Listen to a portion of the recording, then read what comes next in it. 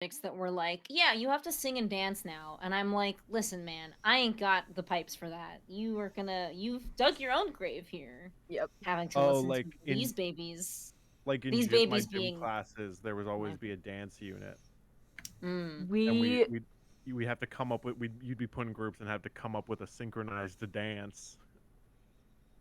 my AP math class was mostly seniors, and seniors graduated earlier than everyone else. And they got out of school earlier than everyone else at my high school.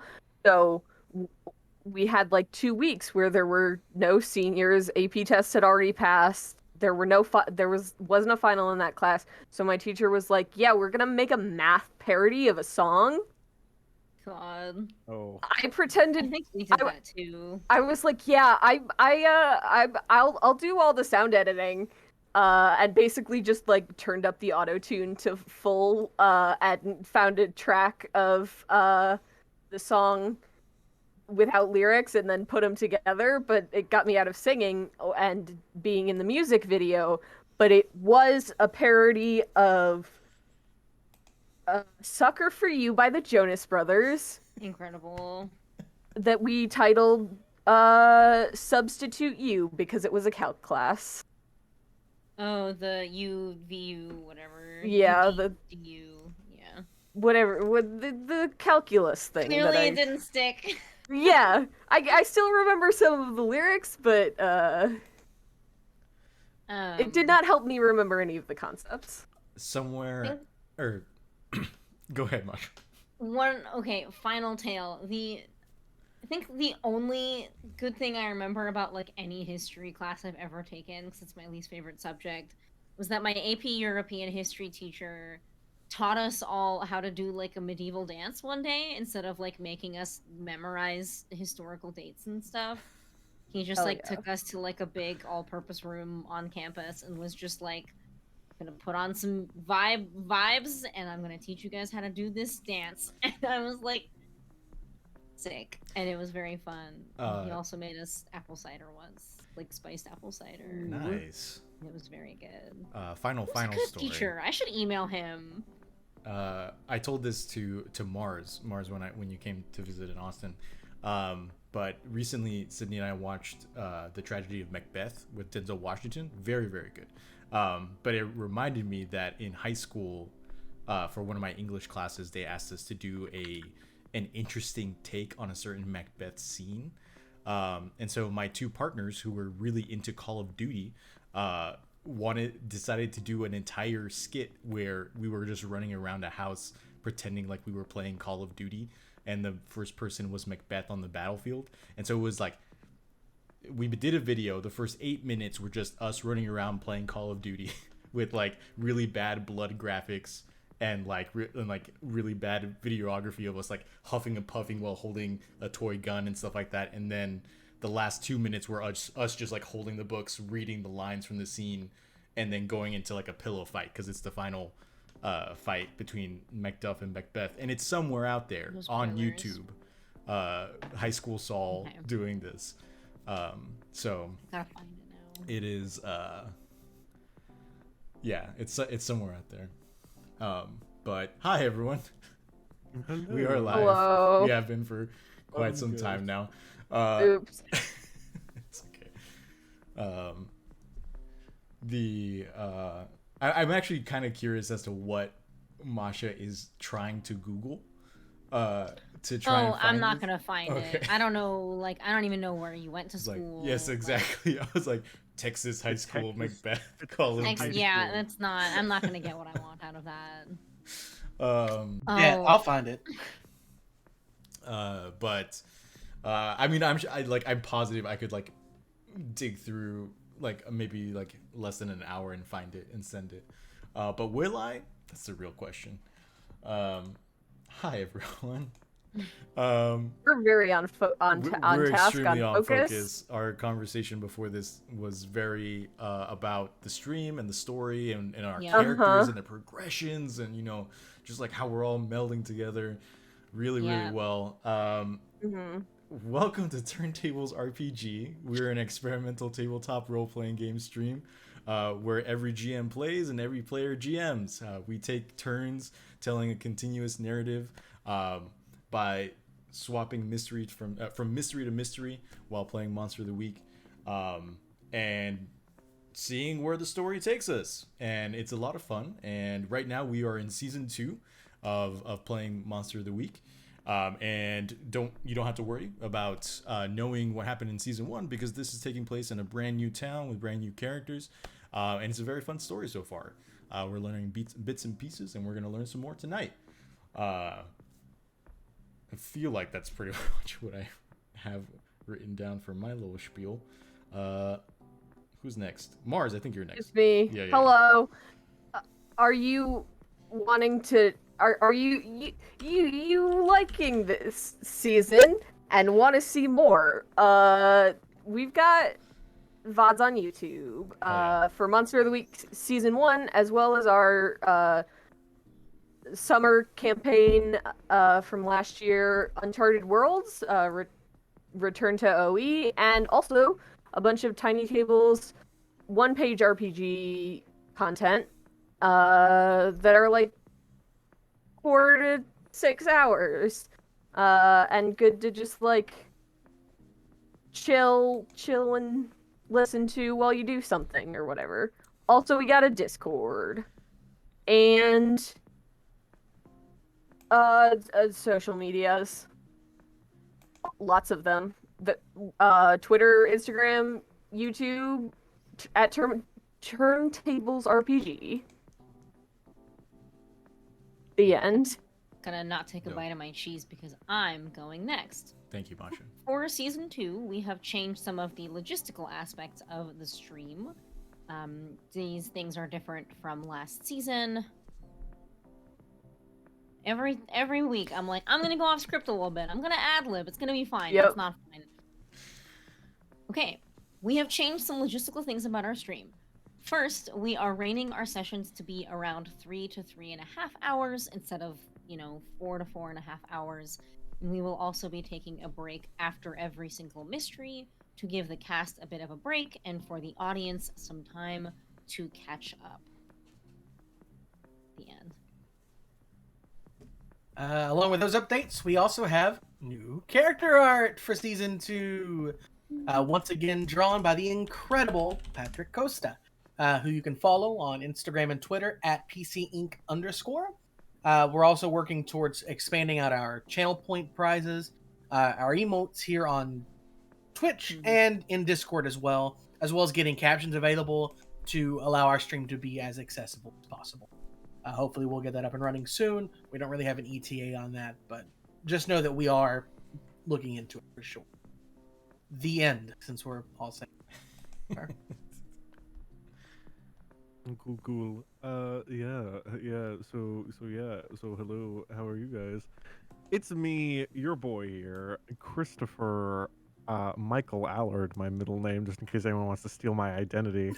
I am a Fae, and you've made a terrible mistake. My social security code is. Don't do that. No, we don't need that. We just need your credit card number and the 3 digits on the back to say whatever video game character. Oh, damn it. Okay. Anyway, speaking of, if you also need my mother's middle name. All right. Anyways, Chris's mom, if you're listening, please teach your son how to not get his identity stolen. Thank you. My mother was actually telling me that she really likes it when she gets a shout out and she shows her friends. Oh, yay. Hi, Chris's mom. Hi, Chris's mom. Hello, mother. If you're I don't believe you're watching it now because I think I just heard you get home, so I imagine you'll watch this later. But yeah, hello. Anyway, so now here's the moment where I ask for money. Please give me your money. Not specifically the money. You don't have to spend money that you already have, that you have right now. You can give me money that you've already spent. If you have Twitch, if you have Amazon Prime, you've already paid for that. But so might as well give a little bit of that to me. By clicking if you have an Amazon Prime account, you can connect it to your Twitch account and then click that little subscribe button below the video and click check for a subscriber. Oh no! Can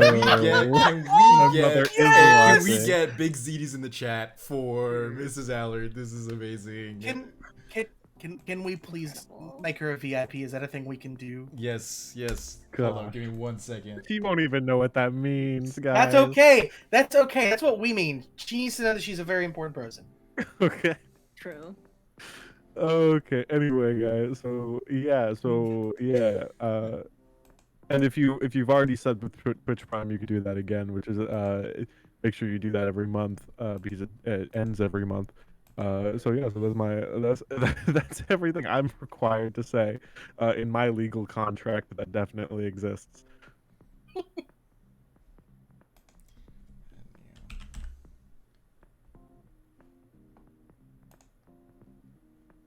You can't say the end. The end. Masha's frozen. Oh no, I'm not frozen. I Oh, just you were didn't just standing realize it was my perfectly turn. still. Oh, react Chris's Switch Prime. Okay. We also it's what it says on the thing. We would like to plug 2 of the homebrew playbooks that we are using this season. I, playing Fig, am using the Tracker playbook by Mike Keck, and Saul, who is playing cricket noises upstairs. Arthur Yep. Good. is using the Amnesiac by Jason Burns. Thank You can Jason. find their respective links in chat, and you can also follow Jason Burns on Twitter at JabmanB. It's all one word. Thank you, Masha. And you know, it's amazing that we're getting to kind of like spread our wings a little bit more and kind of like bring in all these other creators and their amazing homebrews. And in the spirit of collaboration, I will segue into giving a shout out to our friends at Reflections of Chaos. They're a D&D charity stream that runs on Wednesdays around 5 p.m. 5:30 p.m. on twitch.tv/Aurelia. If one of my lovely cast members could drop an exclamation point Ari in chat. Like I said, it's a D&D 5e charity stream. I play in it, and tomorrow we are actually running a one-shot where we are all playing technically oh my god, evil alignment characters in a heist. And so we're very excited to do that. That'll be starting at 5 p.m. Tomorrow, hopefully 5 p.m. tomorrow, if not 5:30. But we're very excited for that, so come on by if you'd like to. But yes, I think in Mars, would you like to talk a little bit more about games? I have games. Yes. Yes. I have actually 3 game-related things, which are not on this list of things I'm supposed to say, but I made a game, and I'm making another one. Whoa! Hell You can yeah. find it on. I made one about bug mechs, and it's really silly, and I think it's fun. Hopefully, I've not actually played it, but it's fine. It's fun. And I'm working on another one about frogs. And you can get both of those either if you want to get them just single. That's fine. But I would recommend they are in the tabletop RPG bundle for trans rights in Texas, which is a good cause. It's $5, and you get, I think, like So many. Yeah. games, Link so in many chat. games, by so many cool people. I went through the list yesterday and wrote down like at least 10 new games I want to play. And that was me trying to not choose a lot of games. So good stuff. Also 493 items. And they're so That's a close to lot making in that bundle. their goal of 300,000. our first goal was 1,000. That was the first Hell goal. So I think it hit it like within 6 hours or something. yeah, I think it hit it within 3 hours or something. Cause It was fast. It was very fast, which is good, and money is going to good places. It's specifically going to the the organization for I can't remember what the acronym stands for, but it's OLTT. I can Organization read Latina them. de Trans in Texas. Yeah. OLTT. Yeah. Organización Latina de There we go. Trans in Texas. Yeah. Sorry. It's those four syllable plus Spanish words always throw me off in some way, shape, or form. Dude. All right. Yeah, good stuff. Also, in other charity events, I'm playing a charity game next week on the 16th, I believe. Let me double check that. I meant to double check that beforehand, but I get to play a dinosaur, and it's going to be on stream. We're raising money for JDRF, which is the Juvenile Diabetes Research Foundation, which, like, first of all, good cause. Second of all, I have like personally had encounters with them, because family member of mine has type 1 diabetes and got it diagnosed as a kid. So I have personally seen like what they can do, and it's super awesome. So you should definitely 319. So on the 19th of March, I forgot what month it is. I'm playing a game called Escape from Triassic Park, and I get to be a dinosaur. And it's very cool. What's the channel And- going to be on? If you haven't said it Oh, already. good point. Yeah, it's on the channel Merfeather. So MER. I Feather, think like that's the their thing. Twitch name. But feather, and then feather like in the bird. But yeah, I keep forgetting to mention that, but I did it now, and I'm unprepared, but I will. Yeah, Masha put it in chat. Thanks, Masha. Thank you, Masha. The end. I'm helping. I'm helping.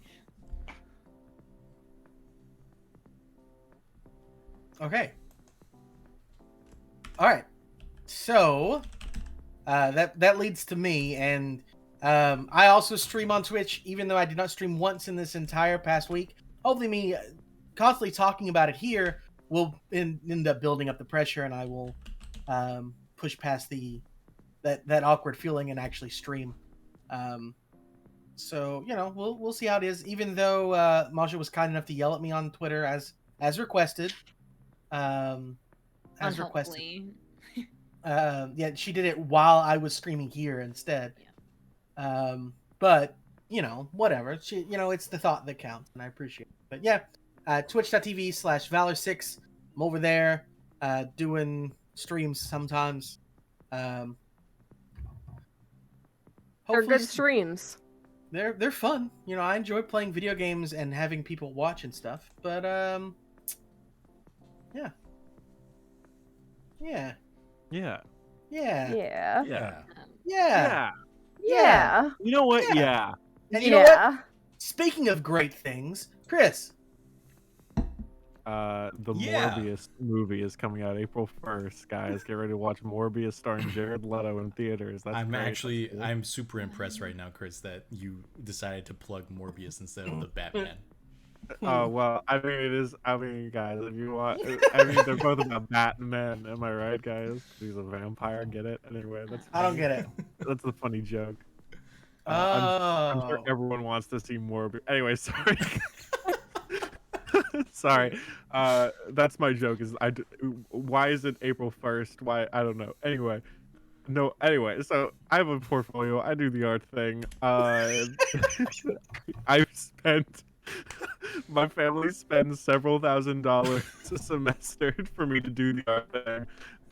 So please check me out at chrisallard.net. That's where I do it. Unrelated to Morbius, by the way.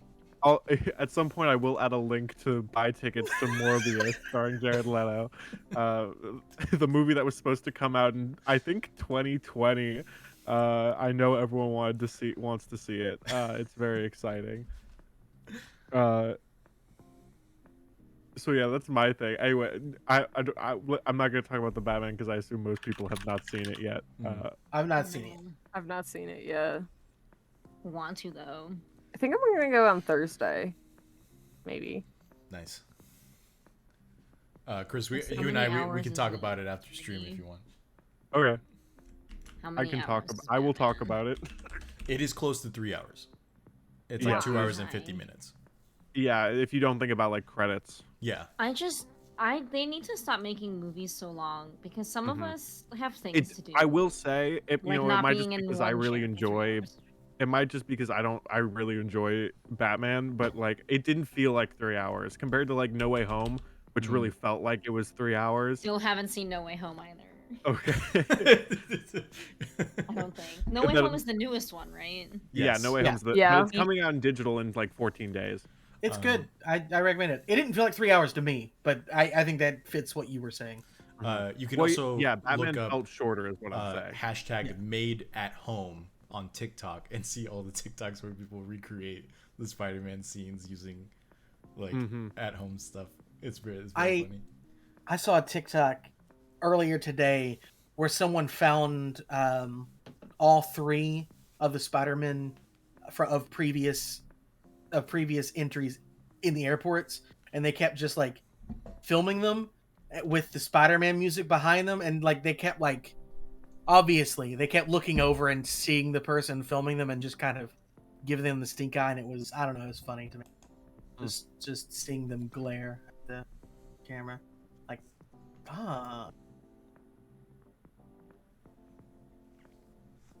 the end. Cool. Anything Epic. else? I forgot to mention my third game thing, which is I did art for Clever Girl, which is a good TTRPG. It's very fun. I also haven't played it, but I've read through it and keep meaning to play it.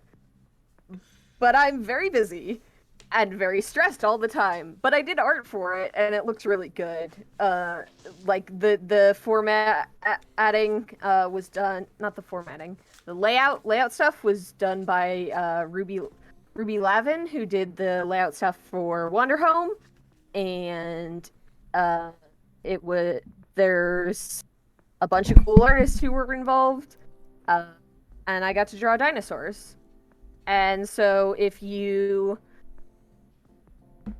subscribe to the Kickstarter, if you backed the Kickstarter, you should have gotten a link that like links to the place where you can get the digital download of it, and I believe physical books are supposed to start like I believe they're like being printed now, so that's good. You can also, if you didn't get involved at the Kickstarter, you can buy it on itch.io, where you'll get the full formatted version, and it looks real sick. The itch.io link is in chat. Yeah. Dinosaurs. The end. Cool. As always, thank you everyone for joining us. I believe that's the end of the announcements, in case anybody else has anything. Okay, so then I guess I did not type out an intro to fling over my shoulder this week. So we will just go ahead and thank everyone for joining us. And let's start today's episode of Turntables RPG Plays Monster of the Week.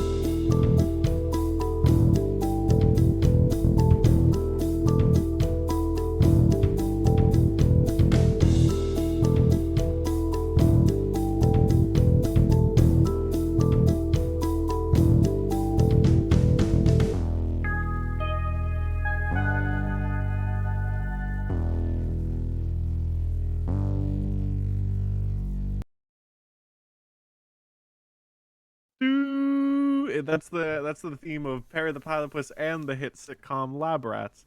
Uh, anyway, It's a lovely rendition, truly. Um, let's see here. Chris, is Music Man?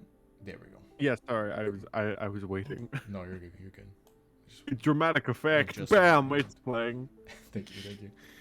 Last we left off, our hunters were split up. It was about. This all takes place in the afternoon. We had Fig at a coffee shop enjoying a quiet afternoon, just kind of relaxing and stealing their Wi-Fi. The the second, we had Philip in the woods by himself, searching for the infamous Fogwell of Fogwell's lore. And then we had Cole Van Helsing and Ren Nadar in the the Van Helsing. Yeah. Calm down. I can't remember the whole title that you gave this van. It's Cole's It's Van. literally just his name Yeah. over and over His again. name? It's Cole's Cole Van Helsing. Cole Van Helsing, Mhm. because it was a Cole. Because it was a coal van, right? And heading towards the town of Whitebridge, which is about 20 minutes north of Fogwell, because Arthur Rain, my character, is just so happens to be unconscious for this mystery and in a hospital in Whitebridge. So they were on the way there when they were pulled over by Sheriff Lester, who gave Ren a little info, a little peek behind the curtain of what Cole's life is like in Fogwell and what people think of Cole in Fogwell. Before he got a mysterious radio call and sped off. And in that time, as he was speeding away, the two hunters saw a heavily wounded man escape the forest's edge and collapse into unconsciousness. Around the same time, I'm trying to think of something else other than to call him Bone Dude. Our friend Philip is Our Bone Dude. Our Bone Dude. Resident Bone. Resident Bone Dude. No. Teenage Nut. Nope. And we found Philip in the forest again, trying to find the Fogwell, when he came across a young girl of about 6 years in age, who introduced herself as Dora. And like two kindred spirits, Dora looking for her lost father in the forest, and Philip always looking for a friend. They struck up a conversation and started hanging out in the woods like you do, you know. And then finally, that very calm coffee shop afternoon turned very hectic as soon as Fig saw that there was a commotion across the square in the center of Fogwell.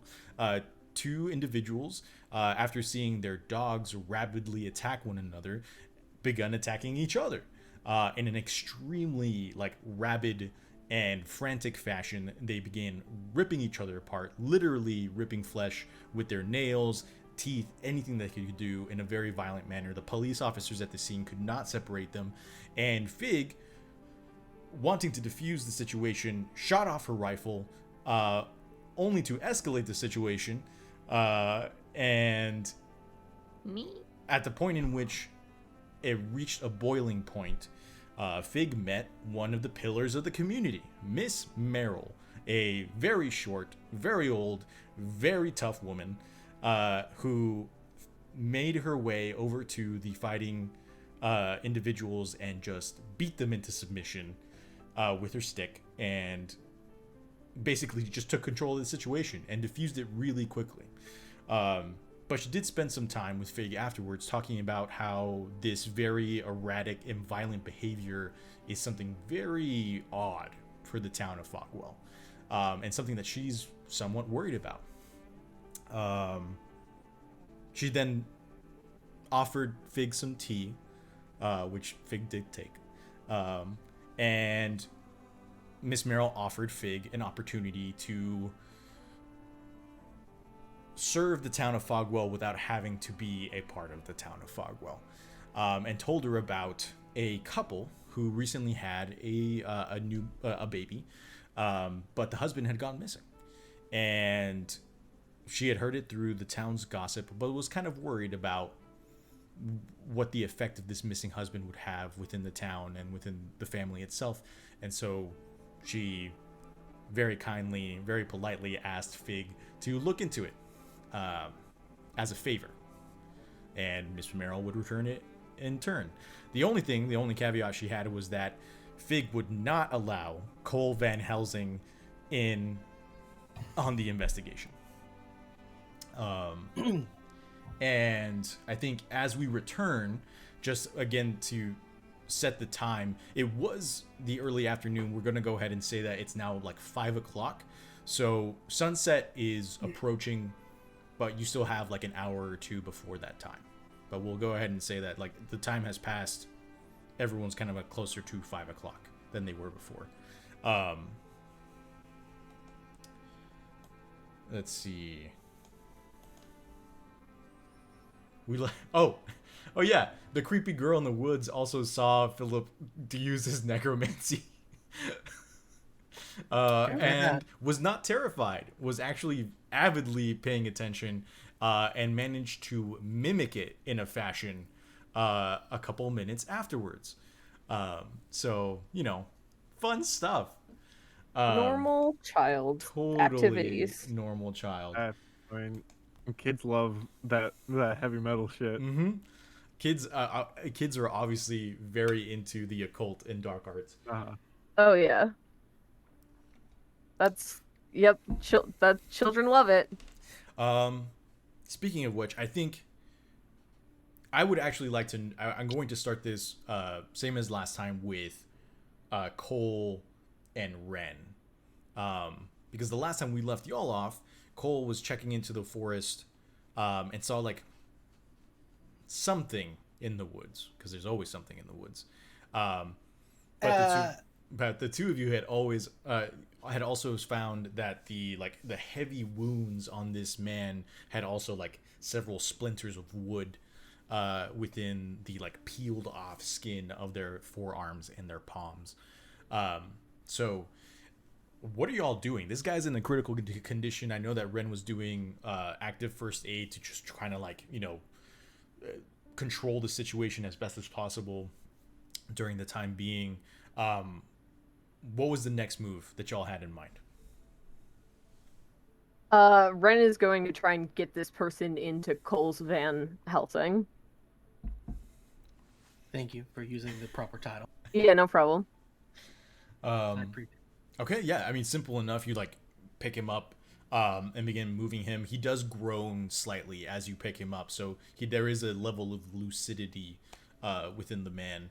And you set him in the back of the van. Are you trying to make him feel comfortable, or are you just plopping him back there with all the bottles of vodka? Throwing him back there. Yeah. I think Red is trying to basically like clear a place on the floor for this guy to like lie flat down. They are going. They're going to like prop his arms up on like, I don't know if there's like a sleeping bag or some sort of pillow. They're gonna try and like prop. So if he's laying flat, like his arms are going up so that the blood go down because gravity, to maybe help the bleeding a little bit. Just basically trying to do as best they can to like keep this guy alive and stuff on the way to the hospital. Okay. Yeah, I mean, like you do everything that you say. There really isn't like a role that I would, or I mean, I guess I could ask you to do, act under pressure. I'm not gonna do that straight out the gate. You do it just fine. And Cole, what are you doing in the meantime? I guess if we're rushing this guy to the hospital, Cole is, because the thing that I saw is gone now, right? Like the thing that Correct. was in the woods. Yeah. Um. Yeah. So he's going to hop into the van, get it started, and get ready to peel out. Cool. Where are we going? Hospital. Which one? Okay. So you're going to the actual hospital in Yeah. Whitebridge. Well, which one's closer? I guess. I think in so you AKA, which one would you rather us go to? don't. It's whichever one y'all want to go to.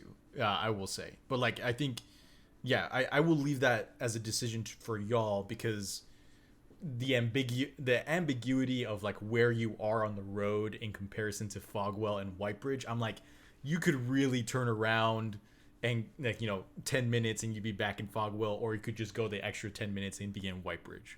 So like you're very much kind of like in the center of that stretch of road. So it's really up to you what you want to do, or what Cole would imagine doing. Ren's gonna try and make the case to Cole that they should go to the actual hospital in Whitebridge. Um.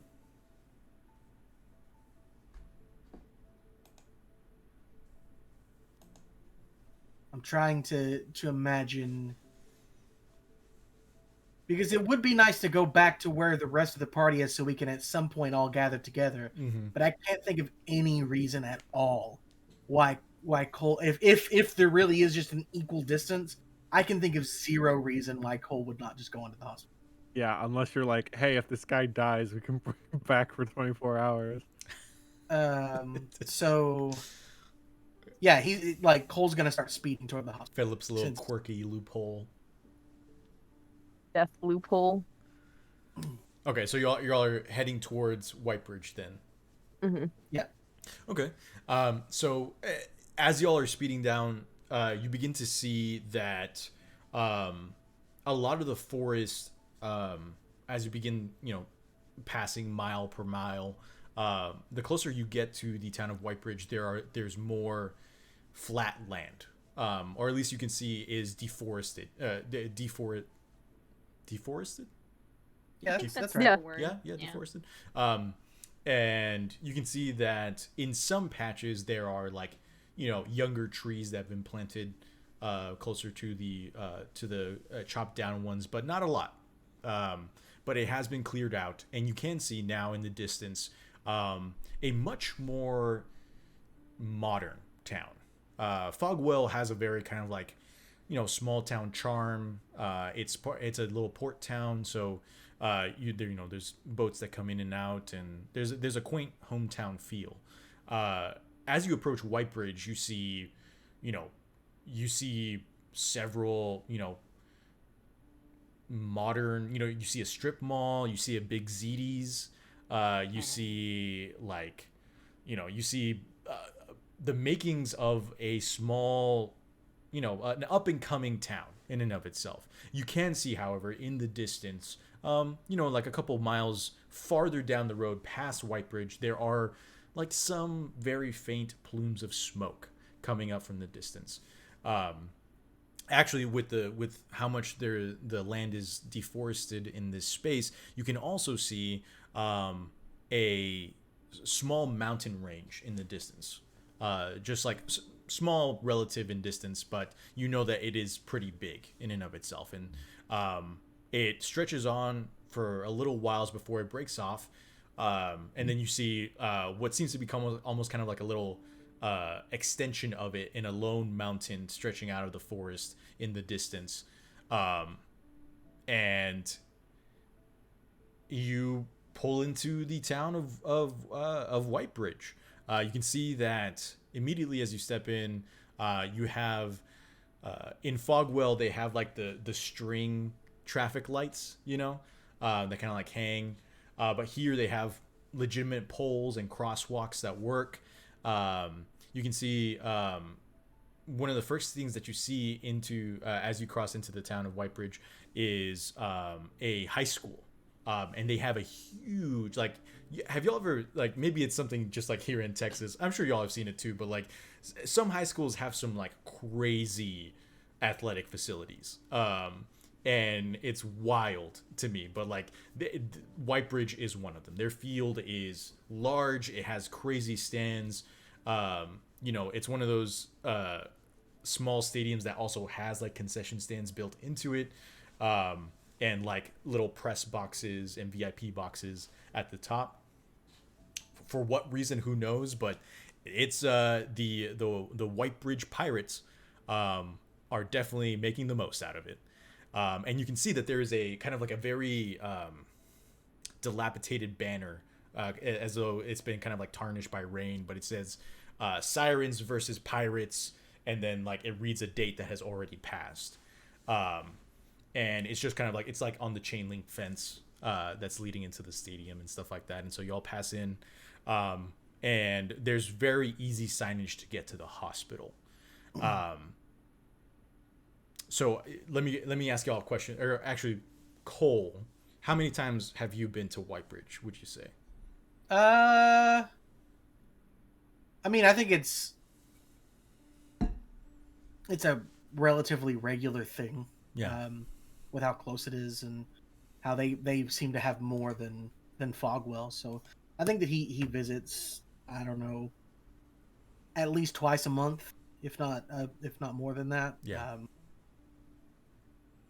Yeah, I mean, so you know already, Ren, this is your first time seeing it, but as you pull into the hospital, you can see that there is kind of like a small little park in front of the hospital, and there is a large statue at the foot of this park of a man in kind of like in just like very fine dress, standing like, back straight, staring out into the ocean, looking very important.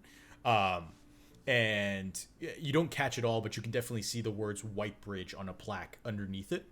And then like, there's a small little thoroughfare of like benches and a fountain, some like patches of grass where you could put down like a picnic table or a picnic blanket, and it leads straight up to the front of the hospital, where you can see there are several ambulances parked. There is a parking lot off to the side. And like, you've been to a big city, so you've seen like larger hospitals, but it's a fair size. And you can see kind of like on the lip of the opening, it says Whitebridge Memorial Hospital.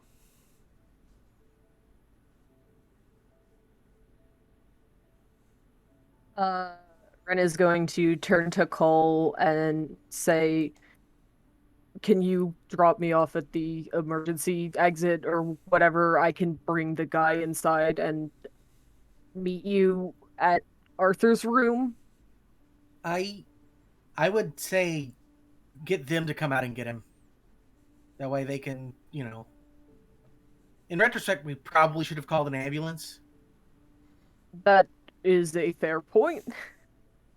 Well, I mean, we were on scene. I don't know. Yeah, you're probably right. I can run in and grab someone. If you want to wait by the door. Yep, sounds good. Ren's gonna go inside and tell someone at like the front desk, "Hey, we got a bleeding guy. He's Okay. real bad." Okay. Oh. Ren, as you go inside, you see there is like it's a pretty, like, there's maybe like two or three people sitting down. A few of them have clipboards. They're like filling out information. There is a nurse, a male nurse in kind of like scrubs behind the counter. He looks very tired, but he's like maybe in his mid-20s, sandy blonde hair. And he's just kind of like typing away at the computer when he sees you come inside. And he looks at you and he says, can I help you? We found a guy in the woods and he's real fucked up. That's not a medical term. He's got lacerations all over his he's bleeding from his arms real bad. And there's lots of splinters, and I did the best I can first aid wise, but I can't. He's beyond my help, and please help. He, as soon as you said I found a guy in the woods, just like very deadpan, he's like getting up out of his chair, moving around. You can see him. He's walking with you, and as y'all pass the hallway that leads down to, the area that the general public are not allowed behind. He's like, can we get a gurney? And he follows you outside as you are explaining everything to him, and you say like lacerations and all that stuff, and you see he kind of like he doesn't smile, but there's like a kind of like the hint of like a joke in his eyes of like, like, you don't have to, it's okay, like you can just explain it. Like it's nice that you've watched Grey's Anatomy and all that stuff. And so like he goes over and he sees the men and just immediately kind of looks back, sees the gurney coming, and him and the other nurse grab legs and hook the shoulders and lift him carefully onto the gurney, and begin wheeling him inside. And he looks at you, Ren, and he says, we're gonna need you for information inside. Can you come with us? Yes, I can I have information. Ah, that makes it sound like I was involved in this. I just found yes, I can help.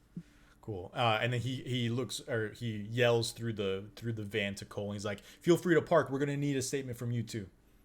Yeah, all right. And as this fun event at the hospital boils down, we're gonna cut to Fig at the antique shop. Oh, we're not gonna do paperwork? No. Role play? Unfortunately not. Bureaucracy time. Or we'll get to that. Woo! I'll put my dice down then. Oh, it's here. Okay. So Fig, you've spent the last hour and a half listening to Miss Merrill recount several instances in which Cole Van Helsing has disturbed the peace of Fogwell. Now, Miss Merrill, before having lost her eyesight, was a school teacher, an elementary school teacher. And so she tells you about a time when Cole Van Helsing was in her class, and they had a show and tell day. And in that show and tell day, little Timmy brought his Game Boy. Jill brought, an almanac, which were really cool back in elementary school. And little George was showing off his Jordans that his parents had bought him. And then Cole came up. Cole came up to the top of the class, opened his lunchbox, and pulled out a shrunken head. And half the class swears that Cole may have cursed them with the shrunken head. The other half just thought it was a really bad, like, stand-up routine. Maybe some ventriloquism was involved. But the second instance that she mentions is in when Twilight was big. You had Team Edward, you had Team Jacob, but Cole put a petition in at the high school to create a Team Vampire Hunter club, because he knew that vampire hunters were cooler than monsters, and was very offended that everyone was so into these hunky, sparkling, and very emotionally erratic characters. And then the third instance is, she doesn't go into much detail, but she does mention that the entire town did see Cole walking around town with a ham radio for about 3 weeks, stopping, looking up at the sky, and like just tuning it. And he was the cause of a couple of traffic accidents during this like 3-week stretch. And so like from the you get two things from this entire conversation. One, Cole has never really caused damage to the town. He's just been rather odd, and I think that a lot of people think of him that way. The second thing is that the fact that Miss Merrill remembers so much about what Cole has done, it seems as though she's rather fond of him in some way, shape, or form. Like you can tell like she's telling you all these stories, but she doesn't sound annoyed. She's just like heavily amused. Um, and so, you know, at the end of it, she kind of like I found I found my brush. I was looking for it earlier because at the end of the conversation, she just says, you know that Cole's a good kid. I was always worried that he was never making that many friends in school. But if you tell me that you're here with him, maybe that's a good thing. Maybe he's finally, found his crowd.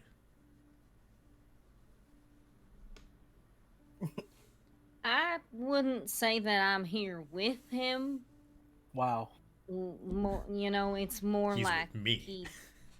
he sees that I and some other folks are up to stuff and kind of inserts himself into the situation.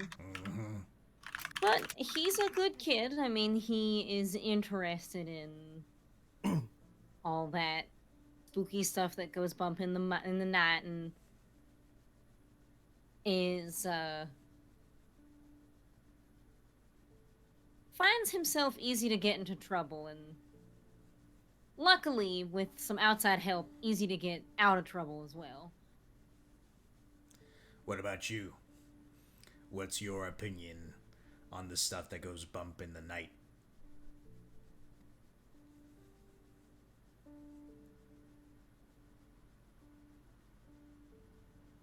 Honestly, it's mostly wild animals. You ain't ever hear a loon call echo through the woods? It sounds mighty freaky, but it's just a big dumb bird. Mm-hmm.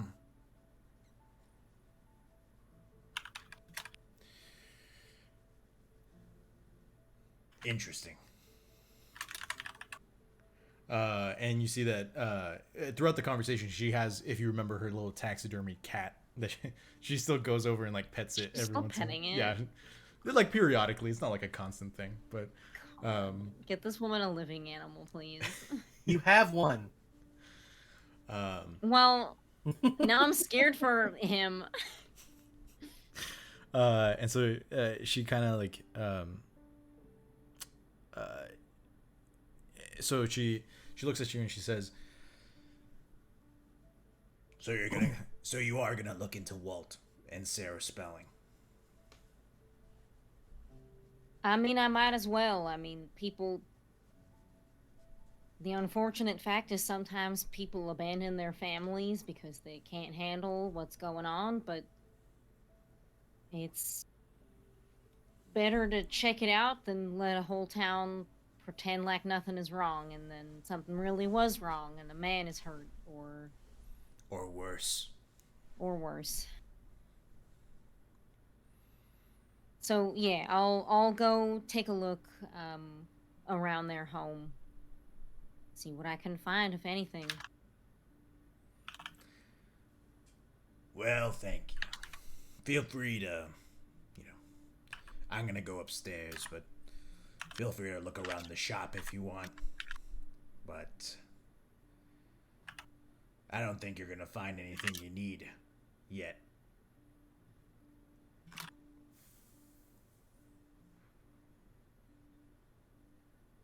Well, thank you for the lively conversation and for the cup of tea, Miss Merrill. What was your name again, honey? Fig. Fig. Alright. Short and sweet, I like that. Thank you. And you see she kind of like she hops down from the stool, which was allowing her to like talk to you eye to eye, and then she like basically like falls down to your waist height, and begins to kind of like you see that she's not really using her cane in this space. She's like she has a hand out every once in a while, but she knows it pretty well. So she goes around the counter, and you see that at the end of the counter, the back wall of the store is there, and there's like a small doorway that has like a pair of stairs that lead up and disappear behind a wall. And you can see that she like begins to kind of like slowly go up the stairs, very carefully, and you notice as she disappears up the stairs, there is another photo frame at the foot of the stairs, and you can see that it is actually a torn photograph. You see that there is a young woman in maybe her like late 20s, early 30s, standing next to a man wearing a cable knit sweater, kind of like, standing a little bit upright. They're both smiling. There is a very anxious looking younger man next to them, and then the photo is ripped, but it looks as though there's still like there was still space for like maybe a couple more people in the photo. Okay. Actually, as you look at it, you see like the man who's standing next to her looks strangely familiar. In what way? You get closer, and you notice like the shape of their jaw, the shape of their nose, their brows, and even though they're very young, that is the captain who you met in the previous mystery.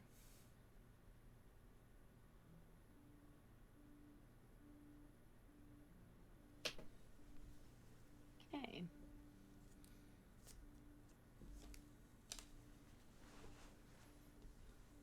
All right.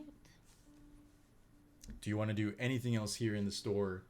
Meryl has gone upstairs, so there's a lot you could technically do here. She's giving you a lot of trust. Yeah. I am going to, I think, hold off on going to this house until it is like full on dark outside, or at least wait until like, I don't know, like 20 minutes past dusk or something, just Okay. because you're harder to spot when it's dark outside. And so I think that I will just kind of casually browse the piles of stuff in this antique store. But just for flavor. I don't think Fig would be looking for anything in particular. Okay. As you go through, you see, again, like I mentioned in the last mystery, it's very eclectic. So they have an entire segment that is just for like clothes. Although some of these clothes, you can't tell whether or not they're fakes or if they're like authentic. Like for example, you comb through, like, you're just kind of like brushing past these clothing racks, and you push one to the side, and it's a very large, almost kind of like somewhat faded and kind of like a little like sweat stained Jordan 23 jersey for the Chicago Bulls. And you look at the price tag and it says $2,800, and you're like, nah, no. And just kind of like, Okay, Miss Merrill. And you look and you see again in this clothing area, there's like there's a little stand against the wall where there's like several kind of like helmets, and some of them are like, they're like football helmets, or they're like batters helmets for baseball and stuff like that. And you see one that is a recreation of the gladiator mask from the movie Gladiator with Russell Crowe. And there's a little price tag that says, $3,000, authentic, still smells like Russell. Very cool, Miss Merrill. Get your Totally. bag, homegirl. Not a creepy way to say that at all. Still smells like like- Russell. Yeah, agreed. That's a whole sentence. You keep combing Yep. through and you see, she has some gas masks in there. She's got a bucket full of very rusty machetes and bladed weapons. Kind of bucket, like a Home Depot bucket. Pretty much, yeah. All right. And KFC bucket. you can It's see actually a Big ZD's gravy bucket. They're the same size and shape as the Home Depot buckets. They're just, different color and text. It smells like gravy. Sorry No, to you're fine. interject. She has an entire she has like several paintings within like very large frames, kind of like stacked up on each other, leaning up against a wall. There's like maybe like 3 rows of them, and you can see that you know, the there's a, we'll say for the sake of it, the very first one you see is is the Mona Lisa, and you see that there's no price tag on it whatsoever. I don't know, has Fig ever seen the real Mona Lisa or gone to the Louvre? No. Okay, I'm just wondering, it like from what Fig has gathered from the cultural zeitgeist of what the Mona Lisa looks like, this looks eerily close to what the Mona Lisa looks like. Like you can't really tell like any real like defects or like changes, or like, you know, the nose isn't weird. They don't have like huge ears. It just looks like the Mona Lisa. So what you were telling me is that Red from Animal Crossing is here in this house with me, and her name is Miss Merrill. Homegirl is out here. And you turn around and you see Pushing- Michelangelo's David. And his dongo. His dongo's right in your face. Oh no! How tall is that? It's very tall. It's very tall, and random art fact, it's made so that when you're looking up at it, it seems Yeah. proportional, so it gets bigger at the top, which I think is neat. That's insane. That Yeah. art can do like that. They did that with marble. The Yeah. fuck, dude? Damn, it is big. Because I'm pretty sure there's a version of it in Chris, Animal stop it. Crossing. There is. That's what she said. So you you peruse through and like you look and you see like, you know, there's a handful of Picassos, some Rembrandts, and it's just like very odd in general. This is a very odd antique shop to you because almost all of this stuff isn't like necessarily antiques. It's just kind of like a deconstructed museum, and so the I think in the final stretch, you kind of take a look at. You go back to the glass case at the front, and you take a look at the tarot cards that are there. And you can see like the decks are stacked, and there's like maybe like a few cards for every single deck that are like set up in display. And everyone has like a very beautiful art style.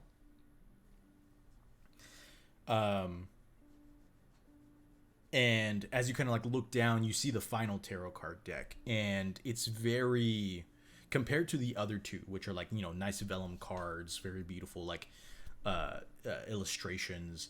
This one is very, for lack of a better term, I'll say primitive. Like the cards look very faded, beat up, and the illustrations are almost kind of like, they're very like, you can't really tell what the image it is itself.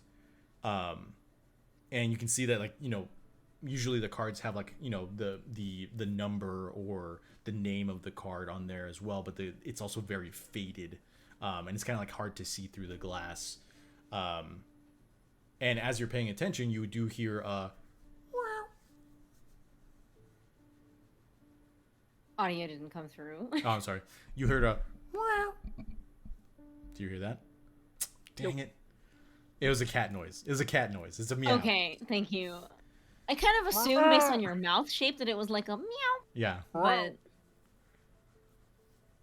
Guess it was too loud for the mic. I don't know. it's sometimes like isolated noise, especially with your like whatever your Discord settings are. It'll try to like minimize. Yeah, or if it's like a background stuff. repeated like tone, Oh, it's yeah. like Anyway, I'm gonna look at the cat. The taxidermy cat? Yes, well there was a meow, wasn't there? Yeah? So you look up and you His see the glowing green taxidermy cat. eyes. Philip is there. The Hello.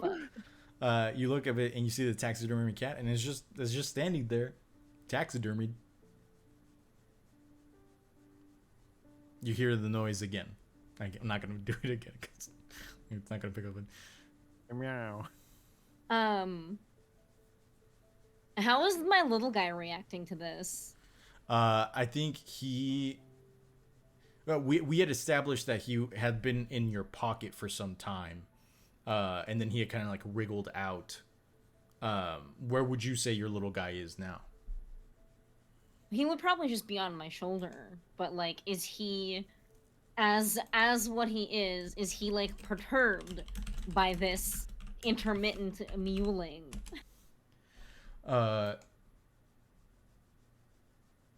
No, he's not. He's not perturbed. Okay. I would like to find the source of this meowing, please. Okay. Is it the tarot card?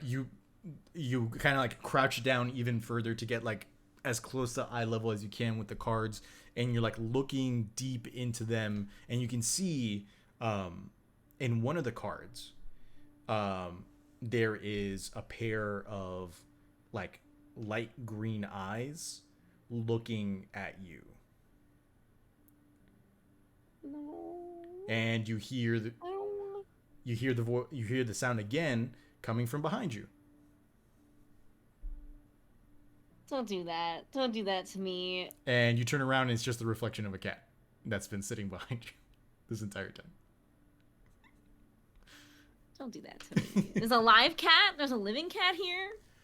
You turn around and yeah, you see a very small, almost like it's a very young cat for sure. It's a young black cat and it has very, very pretty green eyes.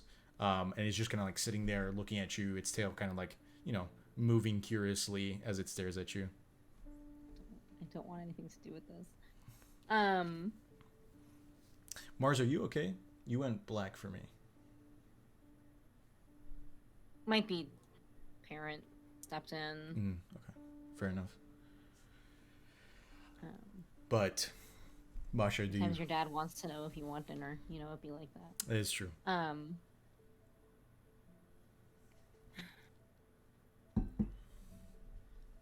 I am going to... How would Fig react to a loose cat?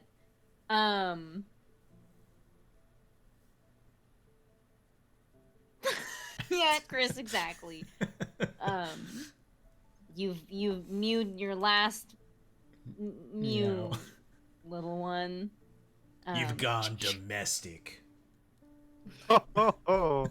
I think that I will go ahead and crouch down onto one knee and like offer my hand out a little so the cat can sniff and just be like, "Hi there, little kitten. I didn't think Meryl had a living cat the way that she was petting that taxidermied one."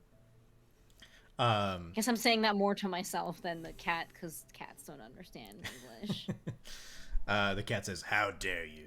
No, I'm totally joking. I'm totally joking. The little cat kind of like goes up to your hand, like, and scans it for a second before it just kind of like begins to purr slightly, and it just kind of like grazes up against your arm, and walks away.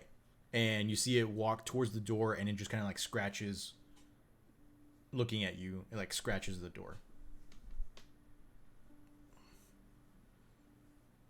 Look, indoor cats aren't meant to be outside. I know how many wild animals that you guys kill every year. It decimates the local ecosystem. I'm not letting you out there. It just continues looking at you, and it's just kind of like.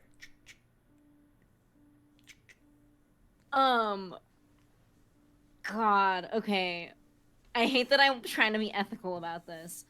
Can we assume that somewhere in Fig's backpack, she's got, like, a little harness that she used to put on the little guy? Like, maybe when she's traveling and she wants to make sure he's secure?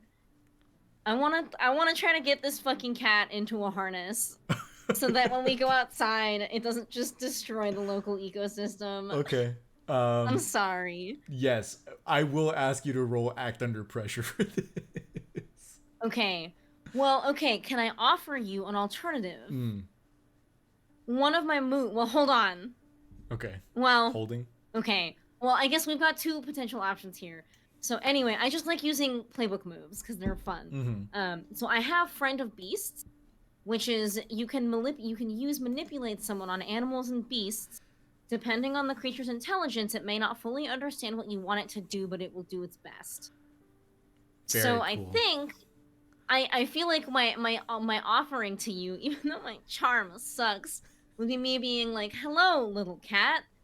I would like to put this harness on you so that you do not destroy the local ecosystem." I love it. Roll manipulate someone. Very cool. Can't wait to fail this roll, like fucking -1 charm.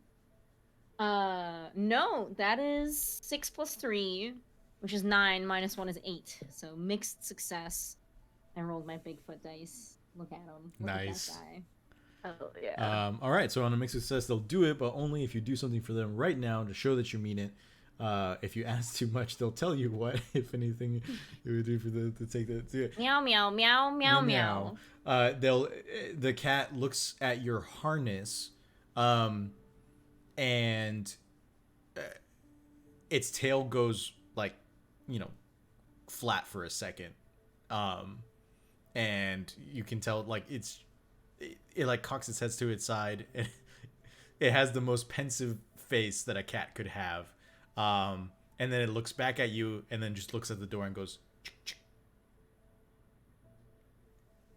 And you get the sense that the cat will allow you to put the harness on if you open the door.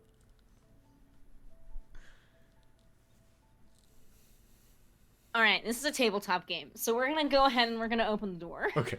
The cat sits still. Very cool. I am going to harness this cat. You're supposed to have fun in tabletop. I'm sorry. What am I doing? I have harnessed the power of the cat.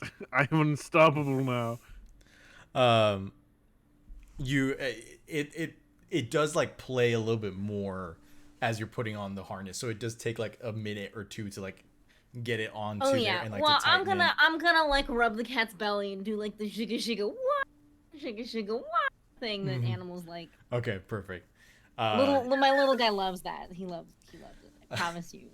So 2 or 3 minutes pass, and the doors open, so a couple people walk past as you're doing your little fun little ritual with the cat, but you do manage to get the harness on, and as soon as you have the harness on, the cat begins like walking with purpose. Your harness like has a leash, I suppose. Yes. Okay. Yeah, it would be kind of useless if it didn't have a lead of some kind. Correct. I will kind of turn my head back over my shoulder and call out, "I'll talk to you later, Miss Merrill. I'm headed out."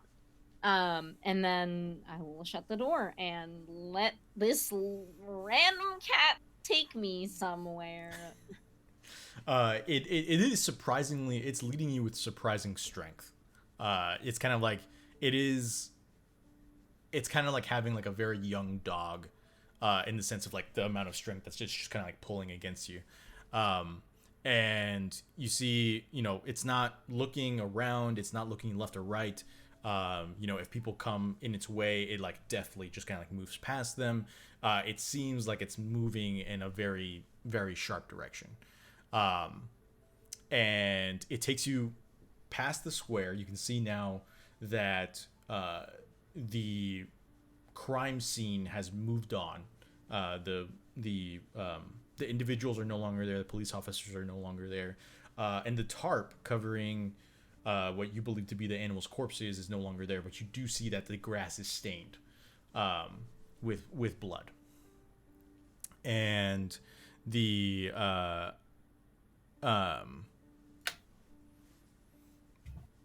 cat continues on, and you go past the square, and you come to an area in which there are several kind of like, not amenities per se, but there are like a lot of storefronts that are that buffer the town between like their neighborhoods. So like families can go to these storefronts rather than having to go straight into town. They can just go to like the grocery store, or they can go to the butcher or things of that nature, and they don't have to necessarily make it a whole town trip.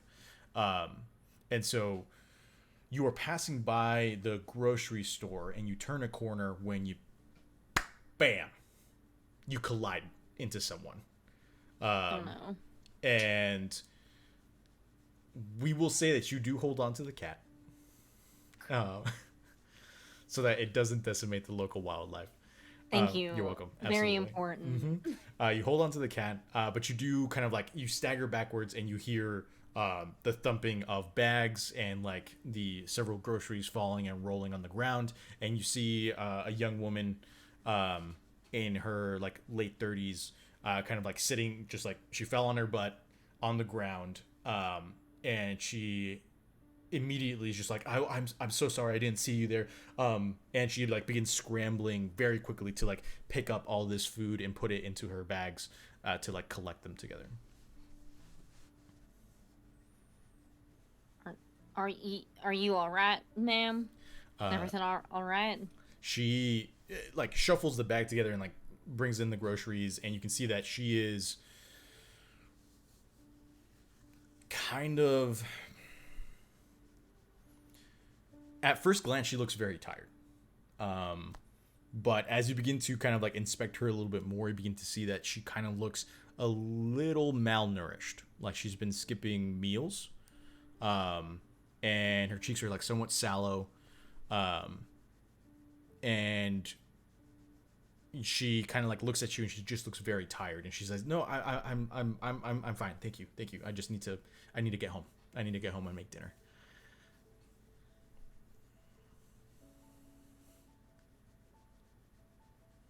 I'm gonna get out of her way and let her go.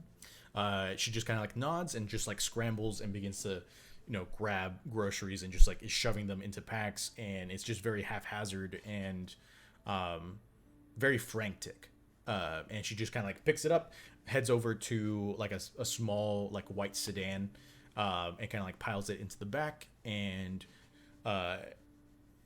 you get out of her way. The cat has not moved. It is no longer leading you. It's just kind of like sitting there. And so you have like you try and pull it, but it doesn't move, and so you're just kind of like standing there awkwardly watching this woman put the stuff in her white sedan, before she kind of like turns it on, and you can see that she kind of like keeps like looking at you over her shoulder before she peels away. You look down and the cat's looking at you. I don't know what you want from me. You collided me with that woman, and now we're just standing here. Where are we going? The cat, Trevor has assured me that chat can hear my meows, but I'm glad. The cat meows, and kind of like scratches for like a moment, licks itself for a moment, and then once again heads off, in the same direction as the white sedan. God damn it. And we'll jump to Philip. Philip, you have been hanging out with this young girl, Dora, for quite some time now. And you just watched her tease out the drawing that she had made of Philip Jr., the dead raven, or was it a raven or a crow? I don't remember. Crow, I believe. The dead crow that you had killed and brought back to life. And she is looking at you, very excited and a little expectantly, as she has done this, as a child does when they're showing off something to a friend or a parent. Yeah, I think Philip is just standing. Standing there, and it's just sort of like is somewhat taken aback because I don't know if Philip has come into contact with many just straight up normal magical people. I think he's like, oh, That's cool. Where did you learn that cool trick? And she giggles. She says, "I learned it from you, silly." That doesn't. Well, you didn't have to stab yourself, so that was. So first off, feels like we're missing a step. But I'm not. I'm not. Don't. It's good that you didn't do that. Honestly, I would love to be able to do magic without feeling immense pain in my body. But so good for you. But I just haven't met that many visual learners before when it comes to this thing. So you're saying that I'm like you're the only friend that can do that? Your only friend that can do that? The only one I get as of right now, yeah, kind of. I She mean, says yes, and she just kind of like, sometimes you know. sometimes I have one friend who accidentally makes cars glow, but that's kind of that's kind of the bet, and that isn't very useful in a lot of situations. And she, you can see that she's very pleased with herself. Uh, uh, and she, I think that she walks up to you and she says, "Will you show me more?" I don't think that's cool. I mean, I don't know. I'm just sort of, I'm just sort of embarrassed to do it. It's not something it's not really a party trick. I like to throw around. I'm not really invited to that many parties. I'd love to be invited to a party one day, but You can see that she's, as you're kind of like turning away the conversation, you can see that she's like very disappointed, and she kind of like she gets kind of like this very angry face, and she looks like she's like about to throw a tantrum, and she stops, okay. and she like her eyebrows raise, and she's like, "Oh, I know. I'll take you to my treehouse, and then you'll see how cool that is, and then you'll show me more, right?" Yay! And she grabs your hand and begins pulling you deeper into the woods. I don't know what's going on, and I'm scared. Philip Jr. Philip Jr. is just kind of like, Oh, Philip Jr. You always know what to say to make me feel better. uh, and the, like, I was trying to think of like a very sad way to make a croak sound for like wind escaping out of a dead a zombie bird's throat. Um, God. but the, you know what? I'll say it comes out like a whistle. There's like a broken part somewhere in the neck where it's just like any air is escaping like a little whistle. Um, and the you're led into the woods by Dora for a good amount of time.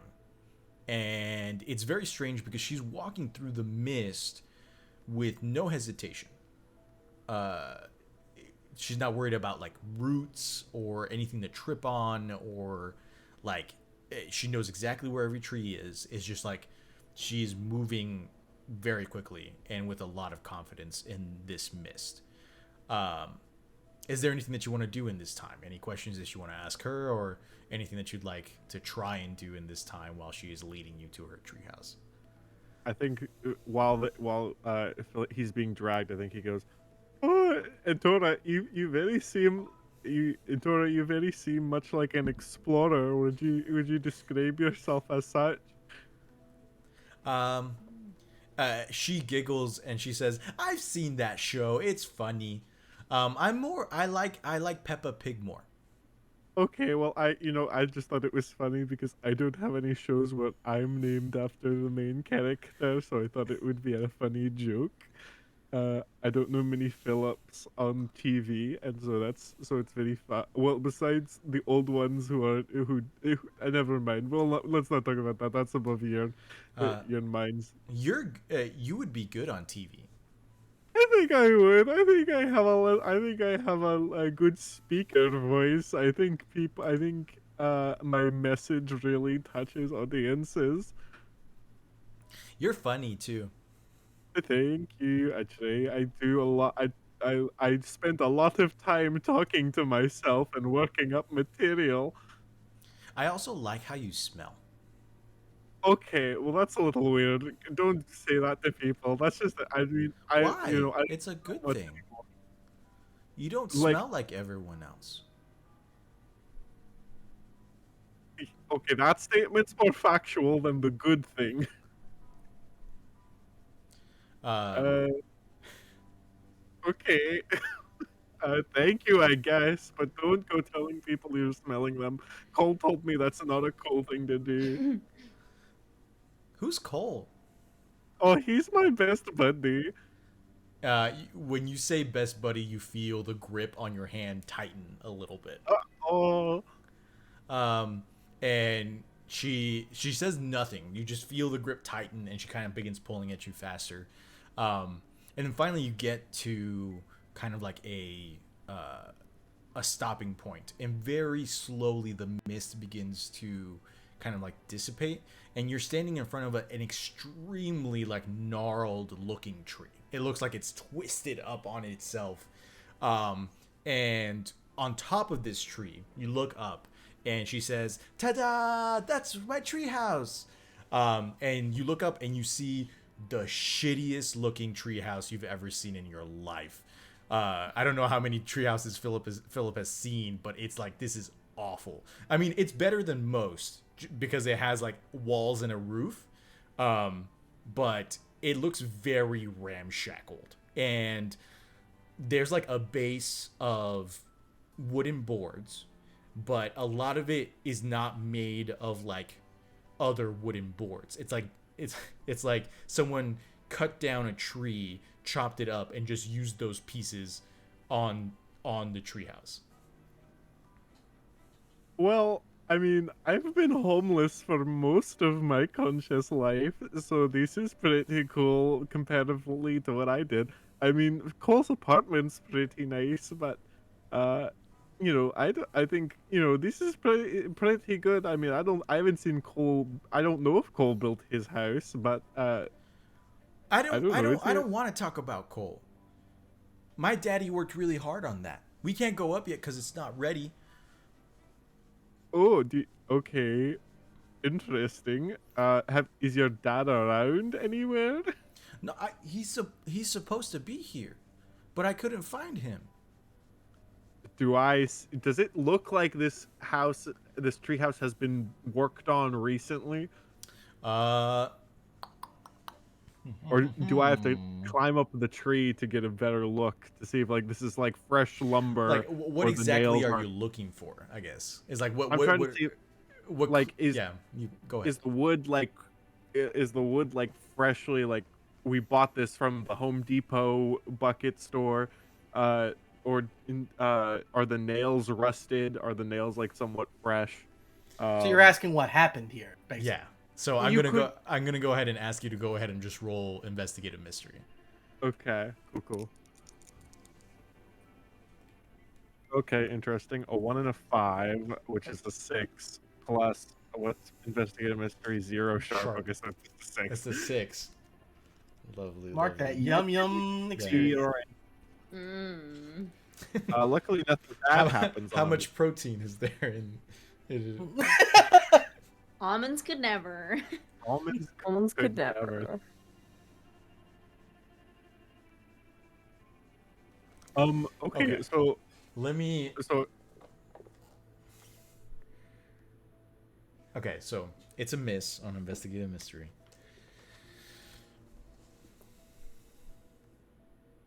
How, Philip, you get, as you're looking at the house, Dora has let go of your hand. And the more you look at this house, and like you're kind of like by yourself, you get a very weird feeling. It's kind of like when it's a little like deja vu, but in the sense that you are remembering things differently. and you Oh, have I been led into a witch's hut? This you has look actually been. into you kind of like you look back into your memory, and everything that you've experienced with Dora so far has been this, the same. Like y'all were playing with rocks, you killed a bird, you brought the bird back, and then and Dora was like, she wasn't freaked out by any of it. The thing that you are beginning that your mind is beginning to piece together is that Maybe I'm her dad. is is that the entire time that you've been together, Dora hasn't opened her mouth. Wait, whoa. That's a lot to throw at a guy. So she looks at you, and in your head, you hear, "So what do you think of the house?"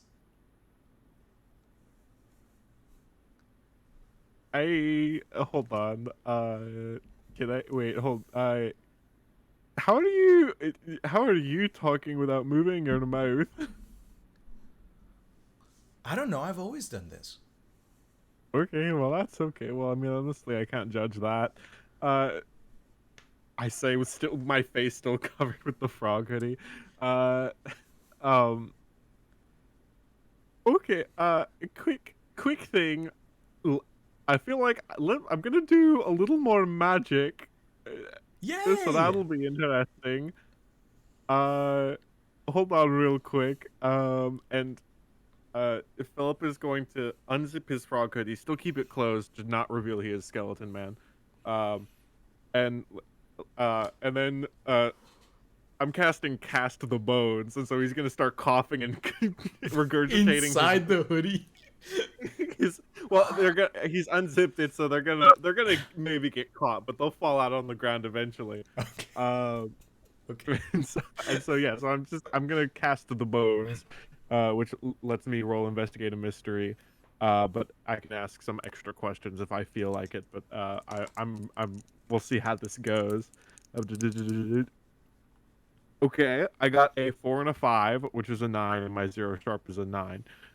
So it's a 9. So you get to hold one. Cool.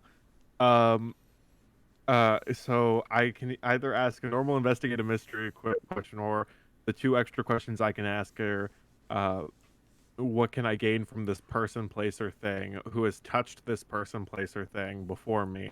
I don't know if any of those apply to this Hmm. situation. I don't think Philip's looking to gain anything from the little girl. So I feel like uh, I'm gonna ask, what sort of creature is this? Very good question. Okay. So we're gonna tie this a little bit into your original investigative mystery, which was trying to figure out like, how fresh this house was, right? Okay. So as you're kind of talking with Dora, you're floating around this gnarled-looking tree, and you see that sitting at the base, completely untouched, is a toolbox. Um, and I say untouched. There's no tools sitting like outside of it. All the tools are still sitting within. And you get closer to it, but Dora does not approach you. Okay.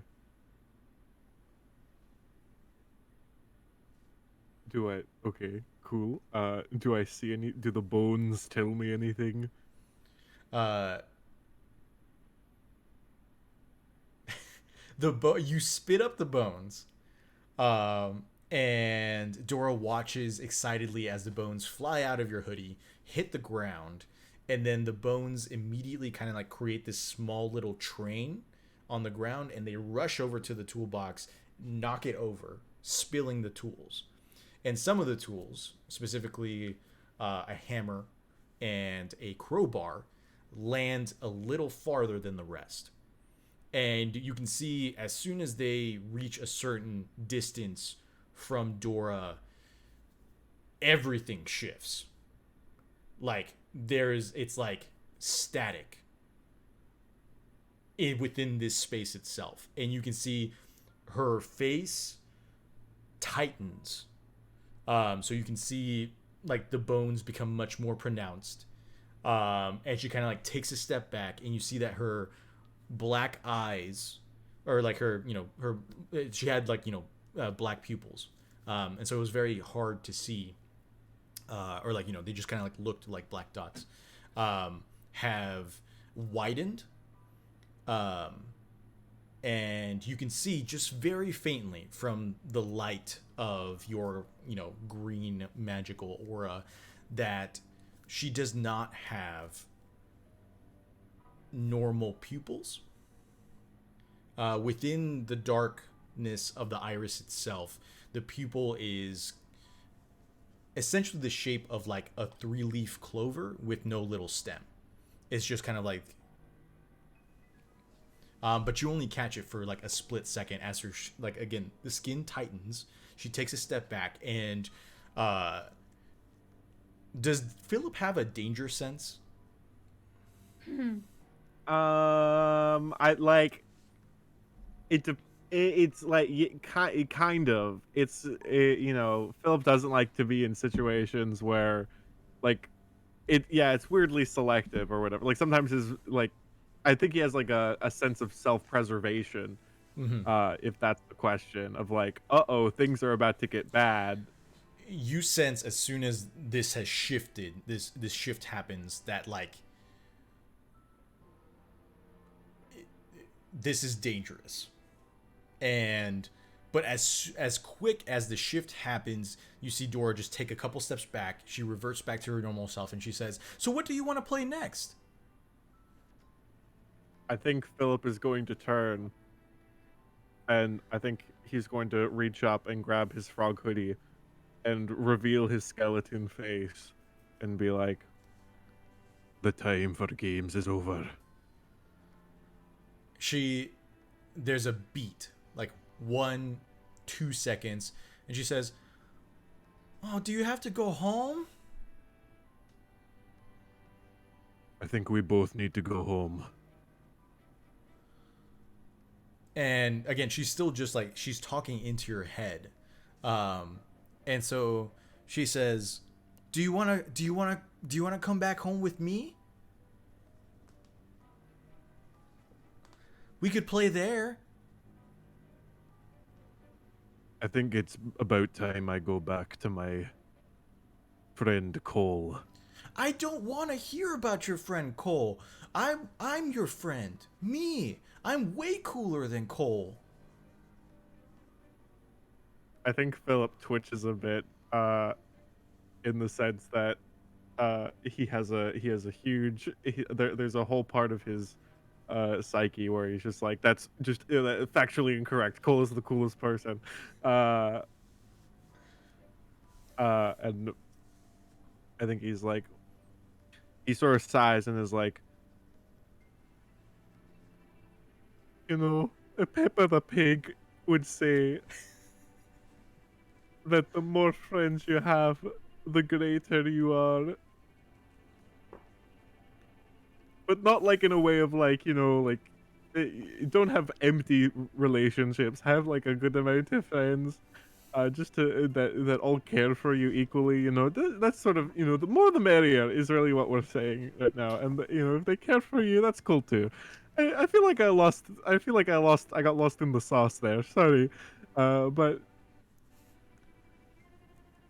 anyway, I'm just gonna go back to my friends. It's been cool. You seem like an interesting person. "I Maybe I'll want you to hang out later. stay." I just, well, all good things must come to an end at some point. Truly, that's the lesson in life. If good things lasted forever, then that's She starts it's kind of like shaking her head. She's like, I'm confused. I don't know what you're saying. You're ruining it. You're ruining it. I want you to stay." And in that last one, you feel the word reverberate. And I need you to act under pressure. Okay, I rolled a 6 and a 2, so that's a 7, and my cool makes it an 8. Okay. So on a mixed success, I give you a worst outcome, hard choice, or a price to pay. Your body tenses up, and you had been kind of like you'd been slightly kind of like hovering, maybe like a little backwards, trying to like back away from the situation, and you have stopped dead in midair, kind of like you're something is holding you back, like something is stopping you from continuing on. I will say, in order to leave, you either have to play along or you're going to have to use magic. Oh, very interesting. I think I think Philip is going to sigh and be like, "Okay, well, let's not get crazy now. I don't mean to upset you. I just sort of, I'm just sort of tired. So much magic around, kind of, it stresses me out. I'm so, I just feel like, friendship is something. It's a two, it takes." It's sort of it's a two. It should be a two-way streak, a two-way road. It shouldn't just be one giving or one taking everything and everything.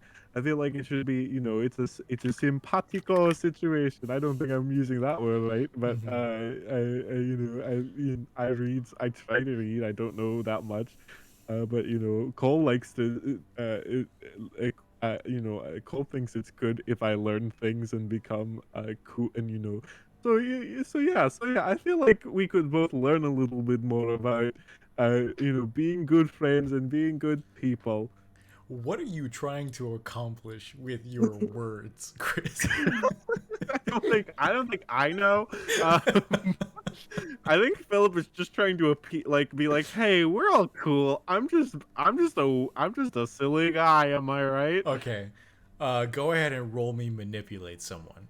Okay, cool. I do have -1 charm. Oh, fun. I rolled 2 2s. So, Go ahead and that mark is experience again. so that's a 3. My marking experience. Philip is going to die alone in the woods. She Oh. like scrunches her brow and she shakes her head and she says, "I don't want you to leave. I want to have a tea party." And you feel your body unwillingly float towards her. She plants you down onto the ground and she sits down in front of you. And as she sits down, like you don't know where it came from, but a little tea set materializes between the two of you, and you see her begin to like slowly pick up the little teapot and begin to pour tea into the cups. Well, I hope you have a Lipton.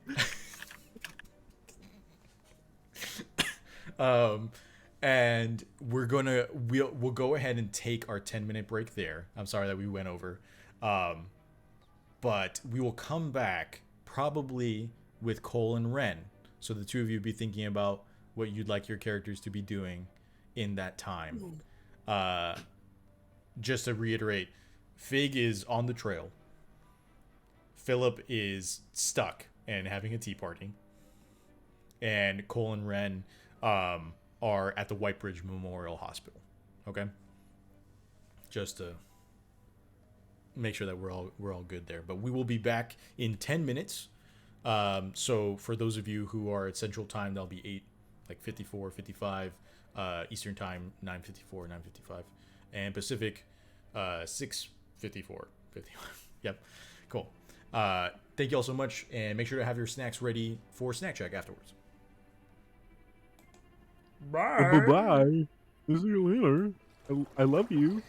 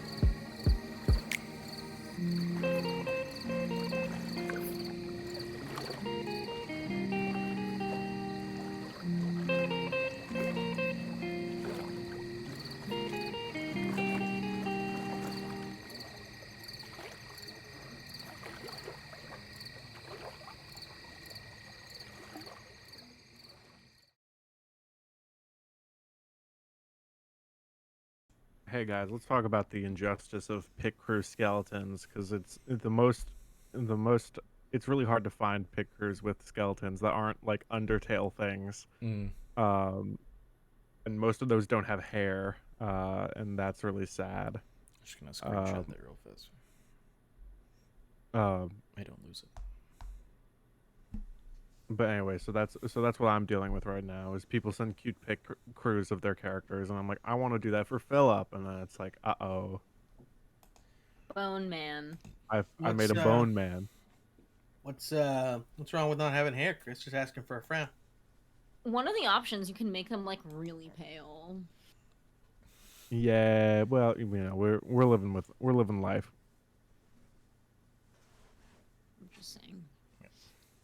Uh, what's everyone got for their snack check? I'm gonna go first so that I have more time to eat while everyone talks about theirs. I bought one of those $5 rotisserie chickens when Trevor and I were at the store today. And so I'm having that and leftover tortellini. And the ratio in my bowl right now is half and half chicken and tortellini, and that's the way it should be, baby. Nice. And black cherry sparkling water. Very good. I had a brownie. Yep. Easy as that. I have half a stuffed pepper that I didn't eat for dinner that's now cold because it's been sitting out for like 4 hours. And snowman Starbucks cookie because my brother works at Starbucks and they had like 3 foot long boxes of snowman cookies that they didn't sell before they became like not seasonal anymore. So we have probably over 150 Starbucks snowman cookies in my garage. So I just like regularly have a snowman cookie now. And honestly, wonderful. Also, he brought home like those little cheese and plum danishes. So I have one of those for breakfast, but I don't know if I'm going to eat either of these things because brain weird. So I have it in spirit of snack check. Very nice. Justin, I see you munching on something. I've got 1,000 milliliters of H2O, and I have something called Mingy beef jerky. Mm-hmm. If you've not heard of it, it's no, I'm not gonna do it again. Watch the VOD for last week if you want to know more about Mingy beef jerky. But it's really good jerky.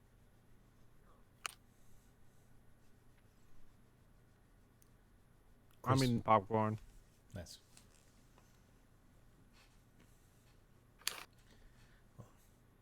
Out of curiosity, Chris, you brought this up because you offered up your own middle name. Is there any special like reasoning behind the middle name Michael? It's my uncle's name. Very cool. I always wondered. Chris, you and Or Huh? you and I have almost the same middle name. Like Oh. I've changed my middle name like internally in my head now, but birth middle name Michaela, which is Oh. just my dad's name with an A at the end. Oh. Interesting. So like Mhm. to change it. Interesting. I always love asking people about their middle names because I do not have one, and so it's just kind of like it's fun hearing the little stories. You don't have a middle name, but you do have multiple. Correct. I have multiple last names, but I do not have Right. a middle name. Yeah. Right. My mom has a middle name, but that's because she. I don't know. I always think it's just because she was raised Catholic. Yeah. My middle name is after my mom's best friend's name, which I think is cute. Yeah. Oh no. Oh, Oh God. the too Oh, powerful God. for Oh no, we're her everywhere. middle name. My middle name is Marsha, my why did you put off your camera? my middle name is my dad's name. So My name is my dad's name. I like my birth name a lot, so I just made that my middle name. But I don't want to say it on stream just in case there's Yeah. transphobes in chat. So fair. Oh no! Uh, All right. Well, extended break. Little. In the when I was a kid, I really wanted there to be a reason why I was named Chris. For a while, my parents were going to name me Jordan, and I would be Jordan Michael, and because they wanted me to be like Michael Jordan, the basketball player. oh boy. And they were like, "No, what if he isn't into basketball?" And I'm glad they did because I'm not into basketball. But maybe I would have been if I had been named Michael Jordan. If you had that pressure from the get-go, yeah. Yeah. Mhm. But I really was like, but why Chris? And when I was little, I thought I was named Chris after the, well-known holiday Christmas. Sad to learn that was not the case. Sadly, I was not named after Christmas. But anyway, so that's that's my life, I guess. I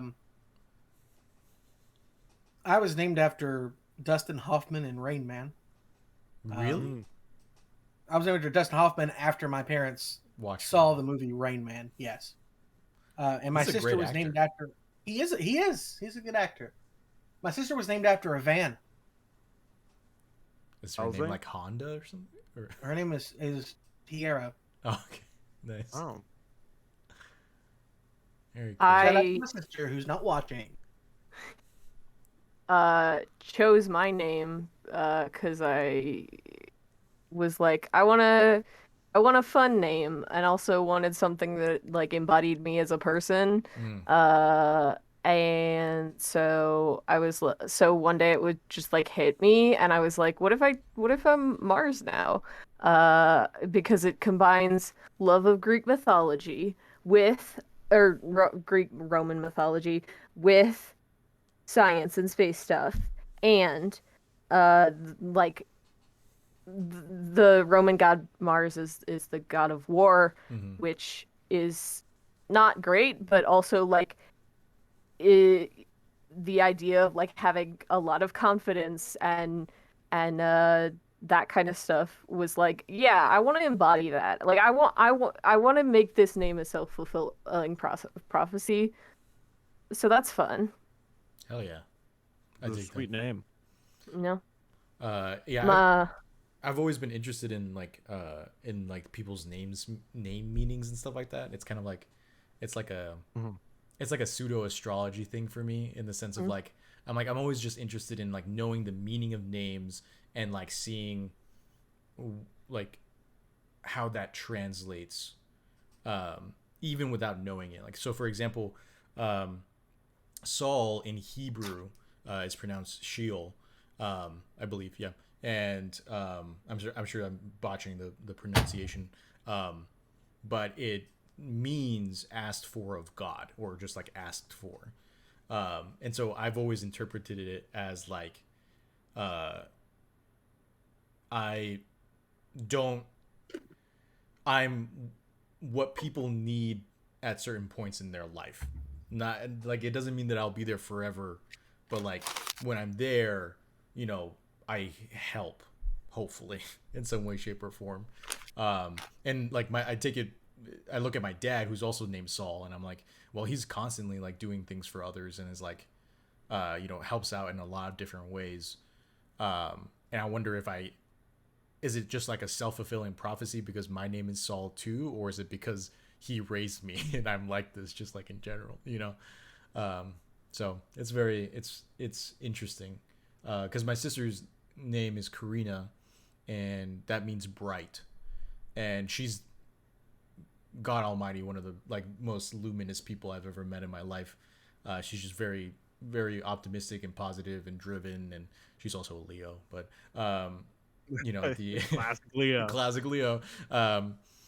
But the yeah, no, it's just kind of like and then my I could go into like my brother's stuff because I've gotten into this several times, like on road trips and stuff like that, and been like, Mhm. my family groans every single time I bring it up. I'm like, so your name means,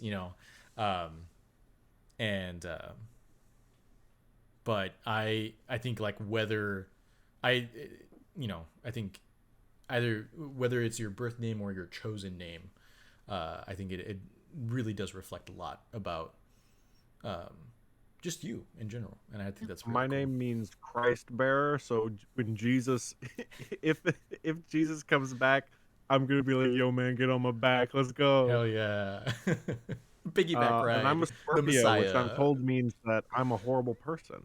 Uh, mm. Both both of my names mean warrior, and that was Mm. not planned. That was a complete accident by my parents.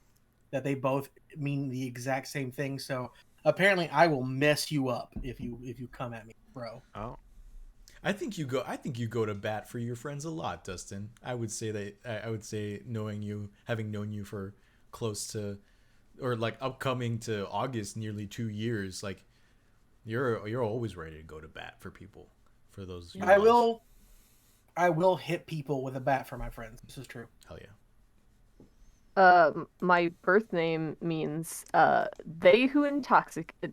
It's she, but I feel weird saying she when referring to even my birth name. They who intoxicate, or like the intoxicating one, and I'm like, I don't think that's accurate. That's a just Nice. Uh, some names it's are just also wild in general. Like there really is no yeah, reading into them. it's also like one of the it appears a lot in, or not a lot, but a couple times in Irish mythology, and it's always by like queens. Mm, I don't think I carry that energy. mm. no, What Unless, royalty? yeah, just not well, not royalty ain't for everyone. I mean, yeah. Unlike me, I'd be a very cool you king. have gone above royalty because your name is Mars, and that's Mhm. Yeah. and from just a real world's perspective, that's the celestial. It's a celestial body. Yeah. In mythology, it's a god, so you're the divine too. So fuck royalty. Yeah. I think I'd be a I don't cool want to be king. upholding any monarchies. Yeah, I think royalty would only slightly corrupt me. Hmm. Yeah, so Queen Elizabeth, I know you're single.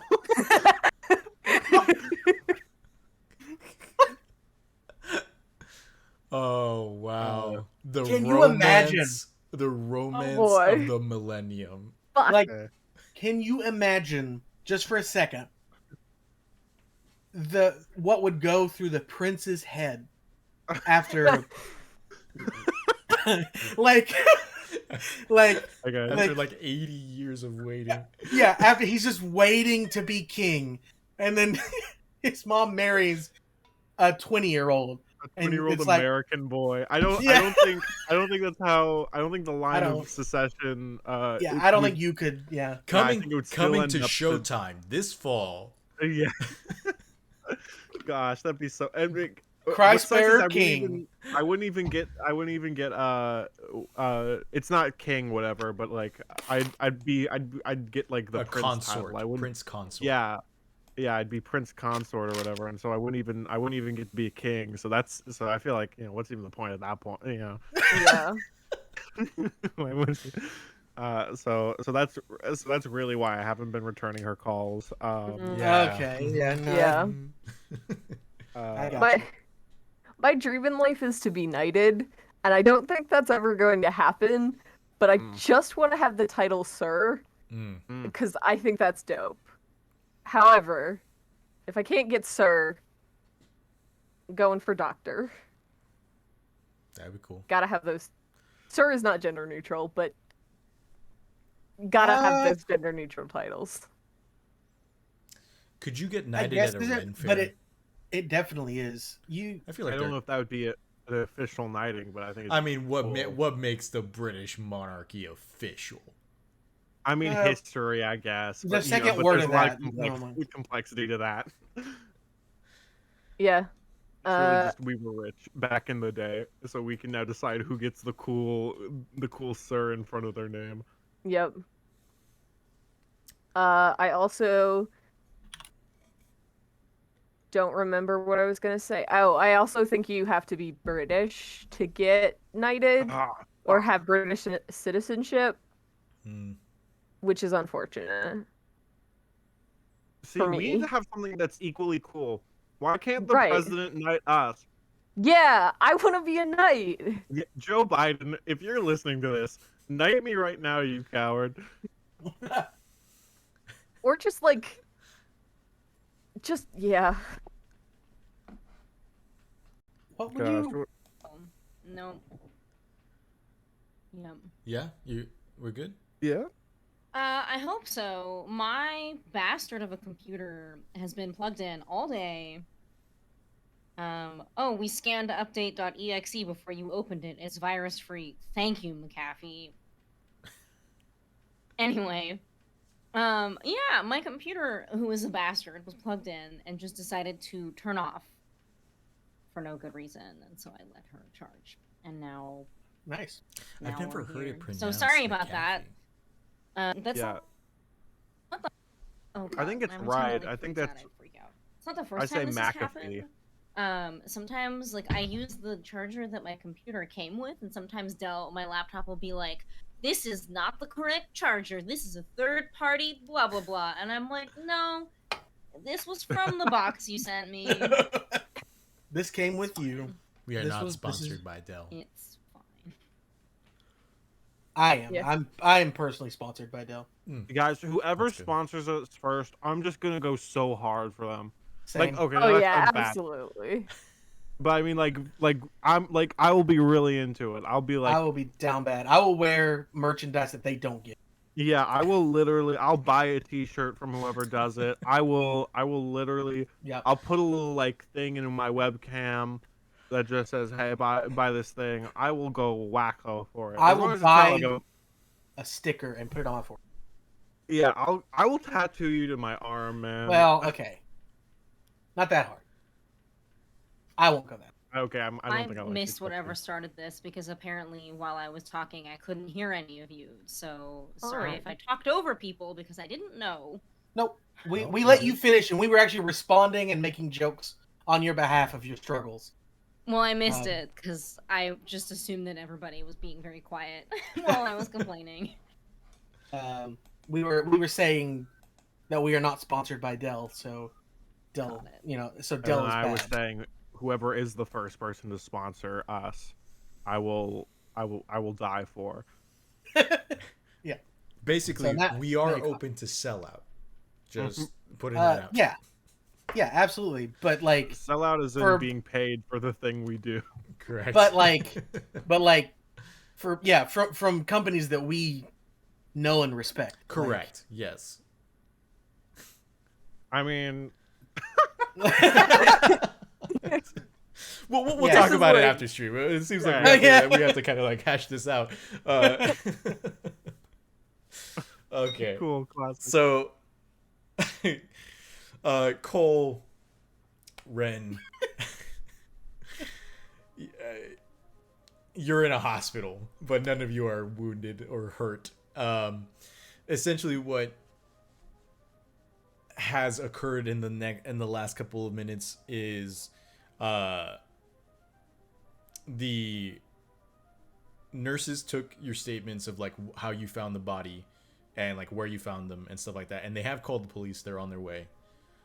Keep saying body. Oh, I'm sorry. It's not. They're not dead. Where you found the man. I guess just like habit, you know. I'm like, oh, the body's, this person's not dead. Weird. So, Sorry, I'm just used to calling people bodies. mhm. Like, What does that say about my keeping style? Anyway, the man, they quickly kind of like they tore off all the dirty clothes and stuff like that and kind of got them in a hospital gown, and they wheeled him off. They wheeled him off behind the double doors, and again, like, they questioned you. The police are on their way, and they're pressing you to like tell them as much as you can about the individual in and of themselves. So the male nurse that I described earlier is kind of like, and you're sure you don't know their name? No, I'm kind of new to town, but I don't know them or recognize them or anything. Do you live here in Whitebridge? No, I live in Fogwell. Okay. The officers may ask you for your residential information so that they can get in contact with you afterwards. that's fine. No worries. We'll make sure it gets taken care of. And like, Cole flashes Ren a knowing look. Like he'll take care of this part. Okay. And then the nurse kind of like writes a couple more things down, and he's like, you're welcome to stay here until the officers arrive. We're going to be running some tests just to make sure that doesn't have any infections, and running kind of some, we're going to have to prep him in order to get rid of the splinters, and that's going to take some time. So he kind of like looks at the two of you. He's like, you don't have to stay. You don't know the individual. We're also trying to identify him at the same time. So we're going to be running, his fingerprints and his dental records, and trying to see if we can match an ID, so that we can alert his family or next of kin or anybody. So, we were actually on our way here already when we found him. Have a friend here. So am I free to like go see him? Well, the officers haven't questioned you yet, but I feel like as long as maybe just tell the attending nurse at the desk which room you're in so that she can direct the officers. But yeah, you're not like, this isn't like prison. You're not like stuck here. You can go That's visit your good. friend. Cool. Cole, I'm gonna do that. Do you wanna come with or wait down here? Or... I guess I'll wait. Then Ren's gonna take an elevator or whatever and talk to the attending nurse and you know let him. I imagine this is not the first time that uh Ren has visited Arthur here. Mm-hmm. So Ren will like give him the uh room number. My brain kept saying newspaper, and I was like, that's not right at all. And yeah, go see Arthur. Okay. Yeah, I mean, you find his room pretty quick. You go up to the third floor. He's kind of like the third door on the left. You go in, and it is one of the larger observation rooms. So it's like, they have multiple tables that are cordoned or like, curtained off from others and stuff like that. And resting in the farthest bed is Arthur. His eyes are closed. His hair is loose. It's no longer kind of like in a bun, so it kind of like goes down a little past his shoulders. And his breath is steady. The monitor is beeping steady. They do have like a bag, an IV, kind of like plugged in.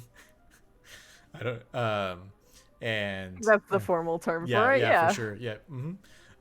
And he's just kind of like laying there, quiet.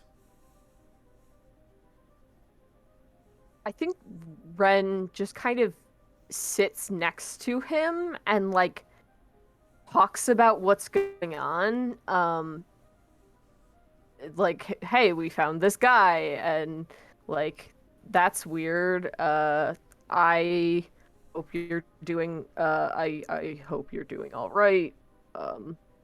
I everything looks good on this end, but I don't know where in your brain you are.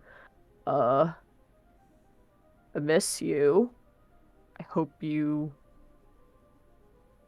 return soon. I don't know how this works really. Um yeah, and I think Ren just kind of like sits there talking to him for a bit until presumably someone comes to get them to be like, "Hey, the cops are here." Just kind of talking about like what going on in the town and like maybe just like leaving like saying food reviews of like cafes they've been to or whatever, like basically just talking to them so that I don't know, it makes Ren feel a little better because it feels like Arthur's there listening to them, and so that Sometime while you are talking to them, it's like maybe like 10-15 minutes, and in the bed Arthur shifts a little bit, and he kind of like groans, and you see him kind of like move his hand just like that. It was kind of like laying flat on the bed, and it kind of just like he shifts it just like a little closer to you. I think Ren's gonna like put their hand on his to just be like and just be like I'm here. And you see him kind of like you can see that like underneath his eyelids, like his eyes are moving and like his brow scrunches somewhat, and he tilts his head a little bit to you, and he just murmurs, "Arthur." Yep, you're Arthur. I'm Ren. Nice to meet you. That's not what I should say. He doesn't do anything else for the rest of the time. And very quickly, Sheriff Lester, with his super red mutton chops, who you met in the last episode, kind of like comes by the curtain and like peeks past. He's like, "Hey there, I need to talk to you." And Ren is going to like take their hand off of Arthur's and kind of give like a little reassuring like squeeze before they follow the sheriff to talk to him. Dustin, what is Cole doing in this time that Ren has spent away? Fiddling around with his phone. He might walk out to the van and examine the no doubt blood stains that are in the back there, and plan on getting those out. Those are not the first blood stains he's had in his van. I feel like I asked this last time, but the back of Cole's van, are we talking like a shag carpeting, like Love Shack kind of thing, or is it just like metal? You know, like is it just like a cargo van? I think that for the most part it is just a cargo van, but I do think that he's got like rugs and stuff like that in the back just in case, like something needs to go in there. Mm-hmm. Yeah, basically, yeah, sure, definitely. Cool. Yeah, I mean you feel like you'll be able to get out that blood pretty easily. As you come back in, you see that the nurse attending has the shift has changed. And this young woman kind of like looks up, sees you, and kind of like looks surprised and is like, Clyde, right? Close enough. I think we went to high school together. Oh yeah, Cole. Yeah, I'm Cole. Hi. And she kind of like, she puts a hand on her like to designate herself, and she's like, Emily. Emily. Yeah. We had Miss Hudson's U.S. history class together. Right. I remember. Are you still doing that cosplay thing? Cosplay? I mean, I've always thought about getting into cosplay. There's just not really any conventions here. Yeah, they're all down south. Yeah, pretty much. Hey, listen, and she kind of like gets a little awkward in the moment. She's like, don't take this the wrong way. I haven't really thought of you since we graduated, but I feel really bad about, not really, like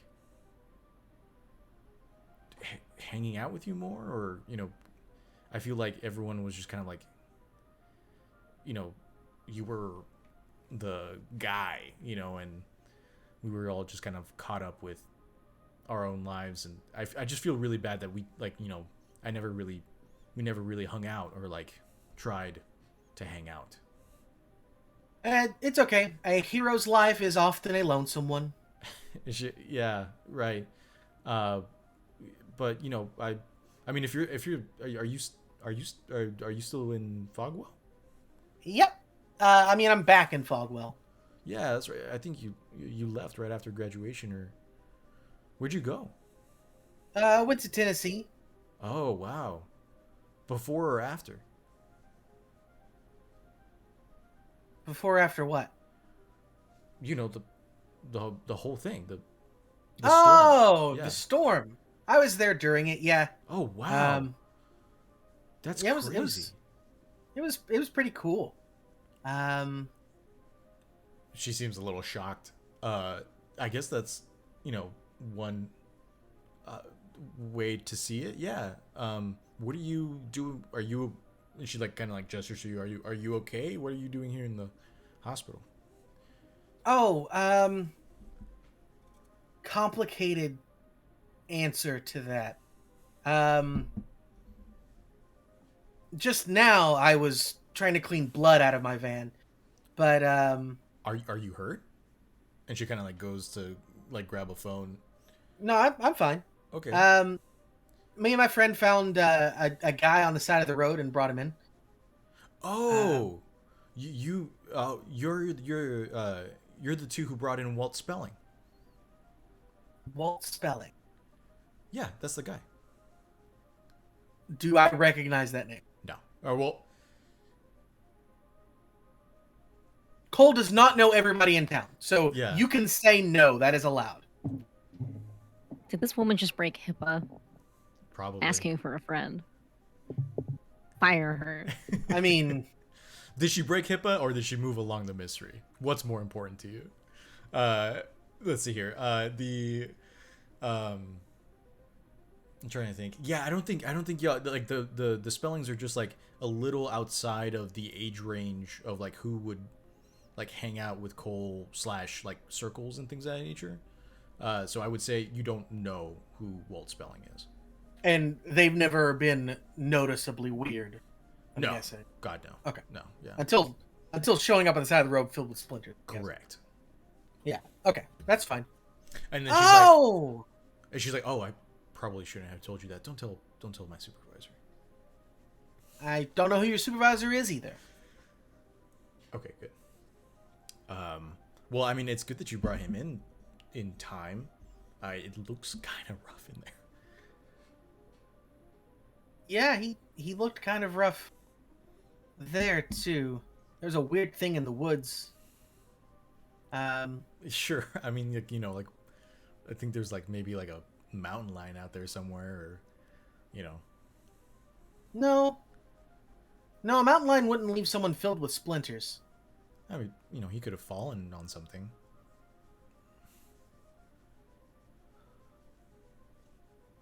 Maybe.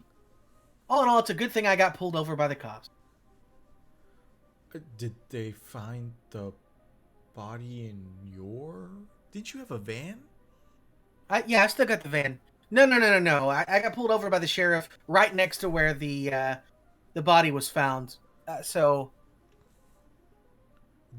But the body wasn't in your van it made its way into my van. before or after the cop pulled you over. Oh, after. Okay, that's better.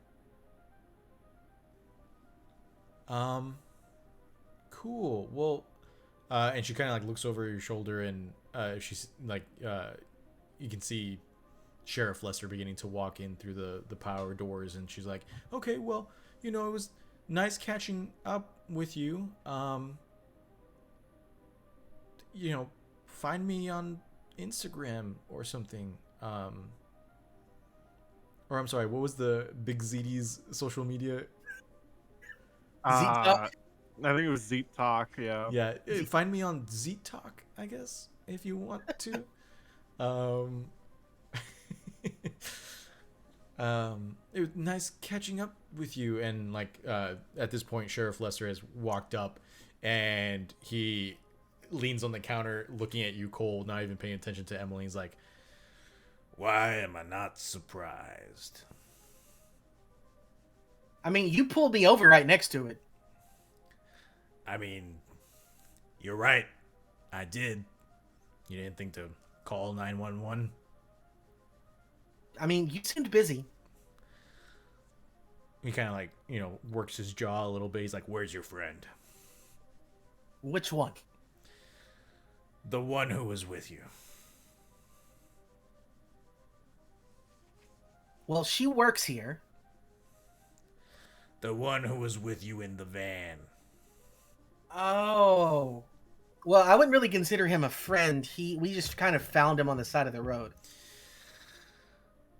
And he kind of looks at Emily, and she's like, and she like looks at the guest book, and she's like, "Room 328." And he's like, "Thank you." And he just kind of like, again, with the reflective glasses, gives Cole a look and turns around and Bye, Sheriff. begins making their way. And we'll say, for the sake of expediency, they have brought Ren downstairs, and the two Well- of you are now sitting Or Okay, one last thing. As he walks away, Cole looks at her and then just mouths ACAB, and then that's.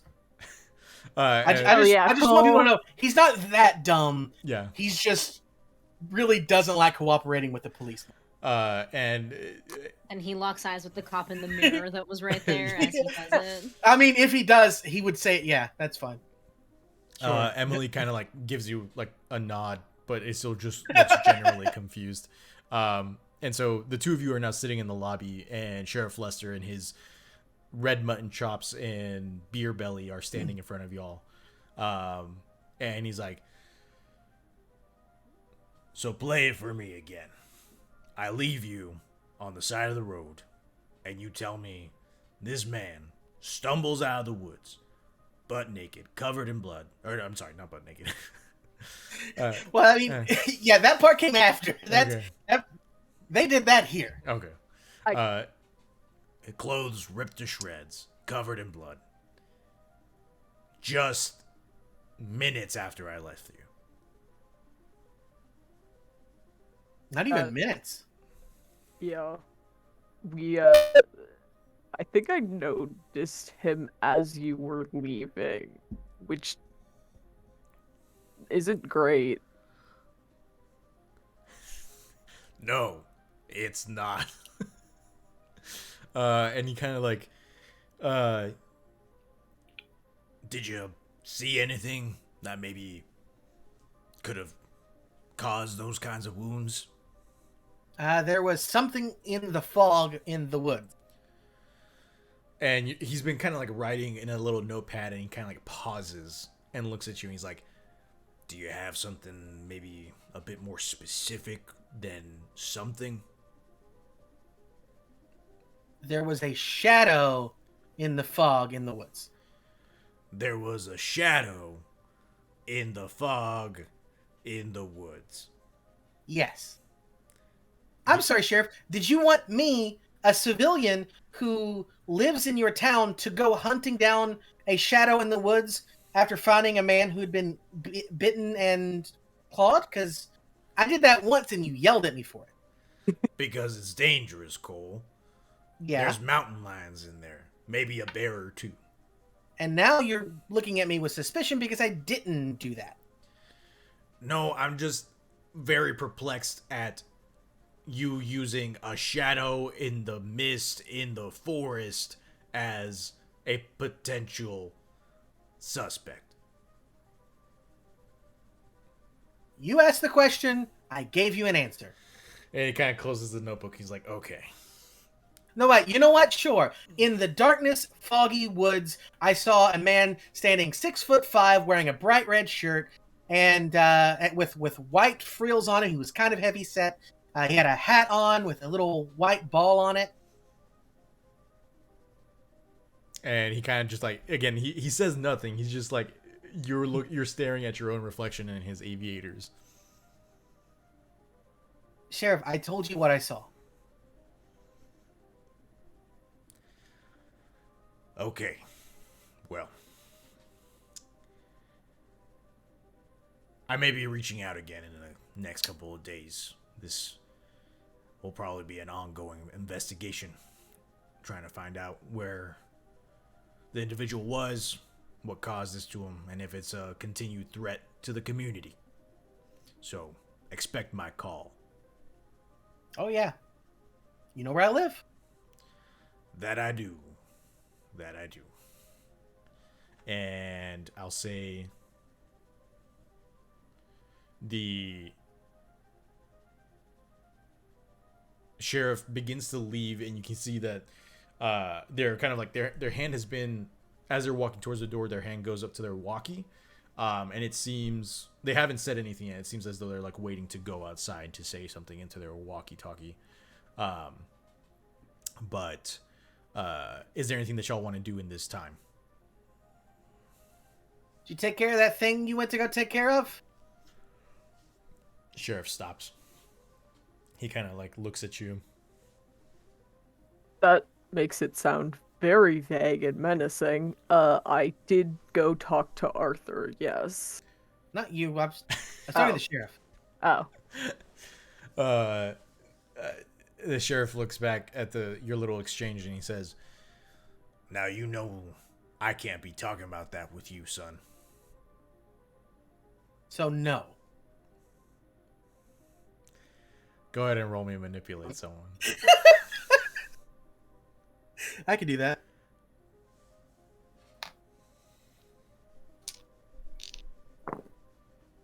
Let's see. That is. Yeah. Okay. I'm using my my rusty dice, and I have to make sure that like.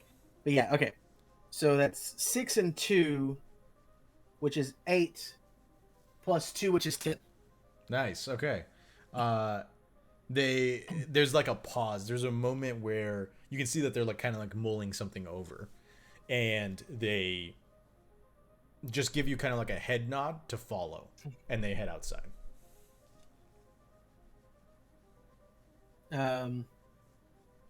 Cole blinks, looks over to Rin, mimics the procedure, and follows.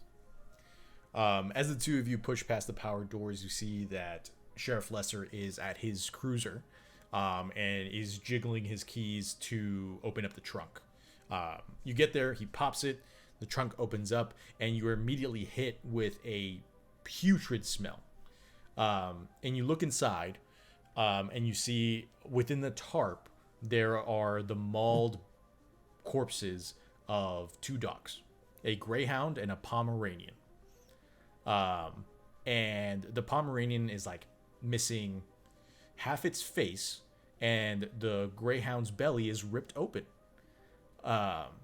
And it's like covered in claw marks, teeth marks, just like both of them completely mauled.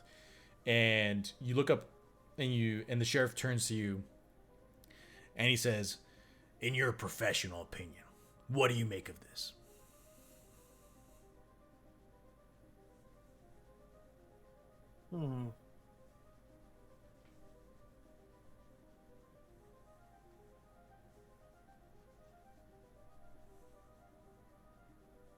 At the risk of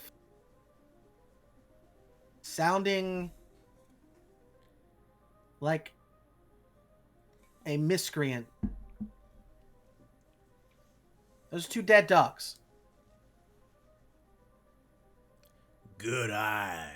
Good eye. And you kind of get the sense that the sheriff wasn't really expecting much of you. If anything, he was just trying to show you this to like maybe like just throw you off or mess with you a little bit. But he kind of like looks down and he says,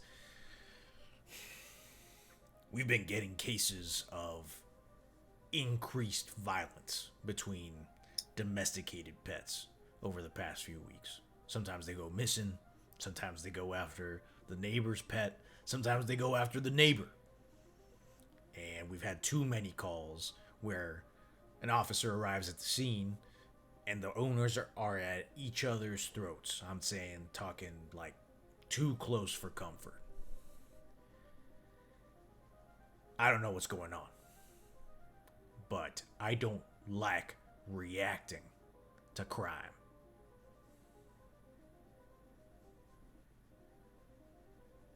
Have you tried being preemptive about things, like trying to identify places where future conflict might break out and then solving the conflict that way? He like looks over at you and he says, "The cases have been, there's no correlation between them. Sometimes it's dogs, sometimes it's cats. Hell, I've even seen a hamster chew through its cage. They're here in Whitebridge, they're in Fogwell, they're in Swanhaven. There's no correlation. Their owners they're bankers, they're TikTokers, they're streamers, they're software engineers, whatever. There's no correlation." I mean, they all have pets. Presumably, at least the vets or someone has access to records of who owns a pet or not. I mean, And he kind of like shrugs and he says, I guess they do all have pets, but that's not really something to go on. The rangers for the state park up north have been talking about increased animal violence against campers. It's just something's in the air. Sometimes animals sense things. They feel things before they happen. Maybe this is something like that. Snakes do that sometimes. Yeah. Sure. I haven't seen any snakes. Maybe there is something weird going on. Now, this isn't something that you need to get into, okay? Good eye, Sheriff. Good eye. Cole, this is not, you are All not right, getting Ren. into this. To Helsing. Let's go. Cole, if you break any laws, so help me, you will spend the night in jail. That is what's supposed to happen when someone breaks a law, Sheriff. Sweet Jesus. And he closes the trunk. I'm also going to leave. And I'll try not to break laws. He No kind of promises, though. what a fun interaction. So the two of you are getting in the van. Yes. Yeah. Okay. Cole's van. Cole's van. Van Helsing. Cole's Cole Van Van Helsing. Helsing. As you get in, is there a plan? What are y'all doing?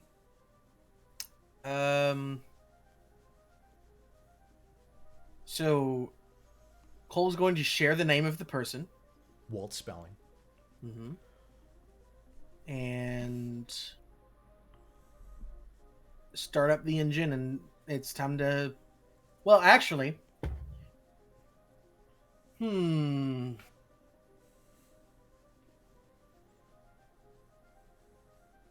need to find out who this guy is. Because I really don't think that this was a normal happening, Ren. I get the feeling that this isn't a normal injury. Yeah. I think there might be something a little bit supernatural going on. What? Surprising, I know. Should we do a Google search then? See, Yeah. I'm using Google now. I'm no longer using Ask Jeeves. I'm proud of you. We'll get you on DuckDuckGo eventually. I like the sound of that. I like how I just saw in chat that Chris called me out and was like, if I had a nickel for every time Saul introduces an NPC that used to be a student with Dustin's character, I'd have 2 nickels, which isn't a lot, but weird that it happened twice. They're also both doctors or in the medical field, which I thought was interesting. Yeah. Violet To be fair, too. Cole did grow up here, basically, so it's gonna be it's a little more likely here than in other places. Correct. So y'all are, so what are y'all doing specifically to try and figure out Walt Spelling? Are y'all heading back to Fogwell? Are you going back into the hospital? I think if we're heading back to Fogwell, Ren'll do a Google search while Cole is driving to try and see if there's any blogs published about him or if he's been in the newspaper recently. Okay. Yeah, I don't think Cole is driving anywhere until he knows. Right. Because Okay. if the guy lives in Whitebridge, we just have to drive back. That's fair. All right. Then I will ask you to roll me investigate a mystery. All right. Using my Papa's dice. God fucking damn it. I was so excited. I was like, yeah, I'm using my Papa's dice.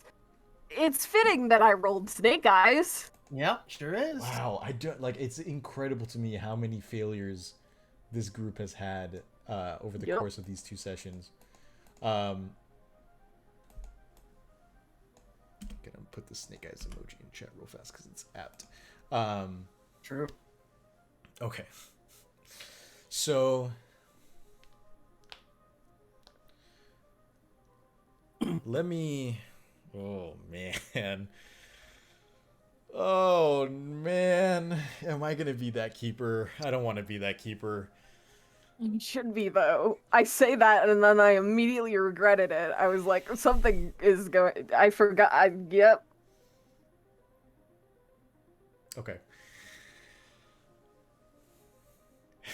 Y'all are driving down the highway. This time, the ocean is to your right and the forest is to your left. As you are heading back down to Fogwell. Ren, you are looking up on your phone. You're Googling Walt spelling.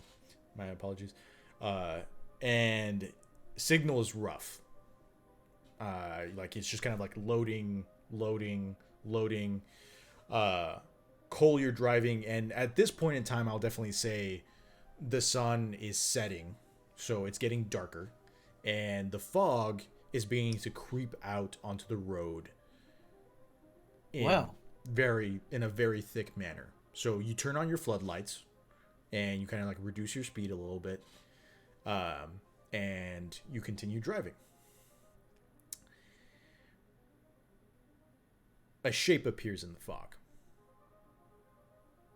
And it's too close. Cole, you hit the brakes, and the two of you hear the squeal of the brakes as you lurch forward, and there's the sound of crunching metal as the two of you hit the dashboard and bounce back into your seats. Helsing, no. I didn't. We're going to jump to Fig. Before we jump real fast, did we take any harm from that, or is it just... No. Okay. You did not. Fig, you are... The cat took you on a merry little walk. And by a little walk, I mean like a 20-minute walk into like the neighborhoods of... You've had to go down alleys, maybe jump a fence or twice.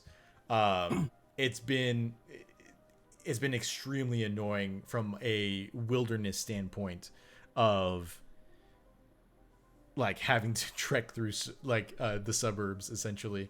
But the cat turns left on Zorba Drive, and you walk down, and sure enough, you see a light blue 2-story house, same as Miss Myrtle told you. And you see that white sedan in the driveway. There are no lights inside the house. It's all dark. Except it's sunset, and the car's in the driveway. Is the car running? Nope.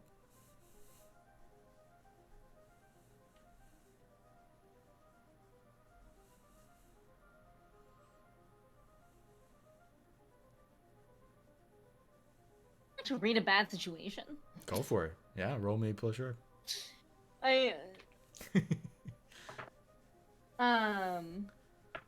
Jersey Devil +2. It's 8. Plus my 2 sharp is at 10. Hell yeah. You get to hold 3. Alright. Play a game called... I forgot the questions again. I can read them to you if you'd like. No, I'm just gonna pull them up. Alright. There we go. Well, I'll read them out loud for our audience anyway. What's my best way in? What's my best way out? Are there any dangers we haven't noticed? What's the biggest threat? What's most vulnerable to me? What's the best way to protect the victims? This is basically going to be my catch-all while I am kind of approaching everything that's going on and trying to figure out what's up. So, I don't want to get in the house, honestly. I want to stay away from that. Mm-hmm. So... I think first thing I'm going to do, I'm just going to kind of look around and figure out what is my biggest threat. Okay. I'll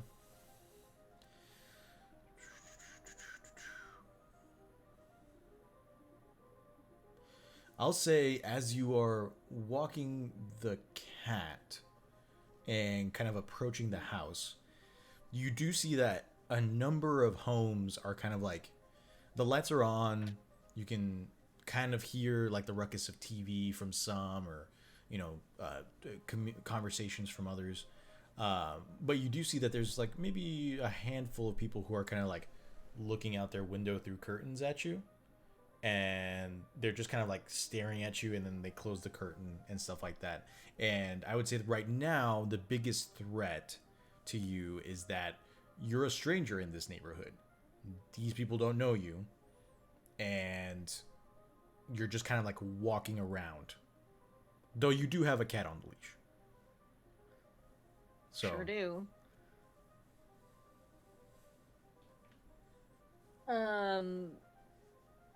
so not like a monstrous danger or something that's going to like hurt you. No, that's fine. I'm cool being suspicious. It's pretty standard for me. Me Fig, not me Masha. I am going to, as not suspiciously as possible, I think I'm just going to get closer to the house. And just kind of, yeah, I mean, I just want to get closer to the house, see if anything changes. If any lights do end up coming on. Okay. Yeah. Yeah. For sure. I'll say, yeah, at the distance that you were at, it looked like all the lights were off. As you approach and kind of like begin to walk onto the other side of the house, you can see that there is, on the first floor, one of the back lights, like one of the back windows, is lit. And from what you can tell, the curtain is like slightly pushed a little bit to the side. So if you wanted to look in, you could. And continue your non-suspicious activities.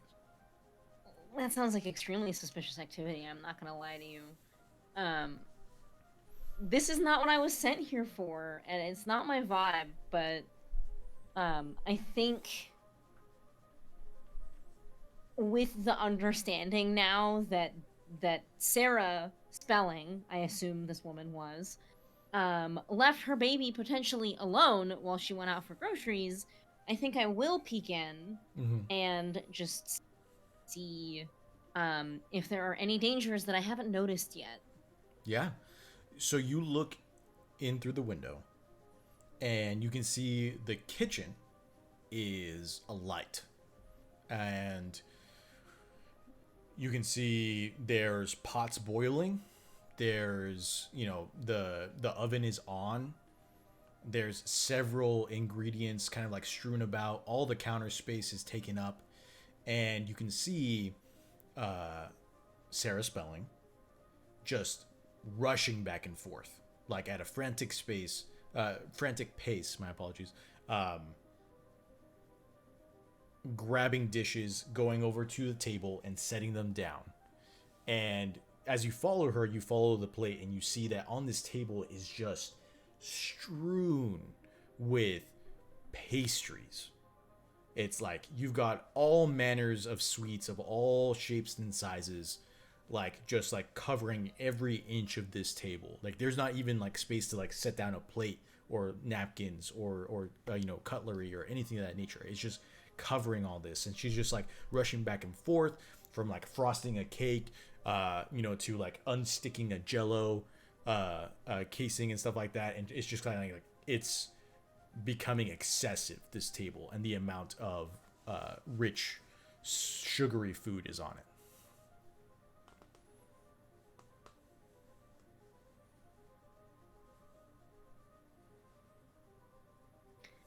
There's this one, I think it's like a TikTok audio where someone goes like, "That's weird," and that's what's playing in my head right now. I probably didn't do it right because I'm not on the talk tick or zeet or otherwise. But I think that's the thing that exists. Oh boy, I don't want to interface with this woman. You picked the fucking loner to try to interact with this lady. I like to challenge my players. Listen, Fig doesn't fucking want to get involved, but this is weird shit. I think I am going to do what I came here to do first, which is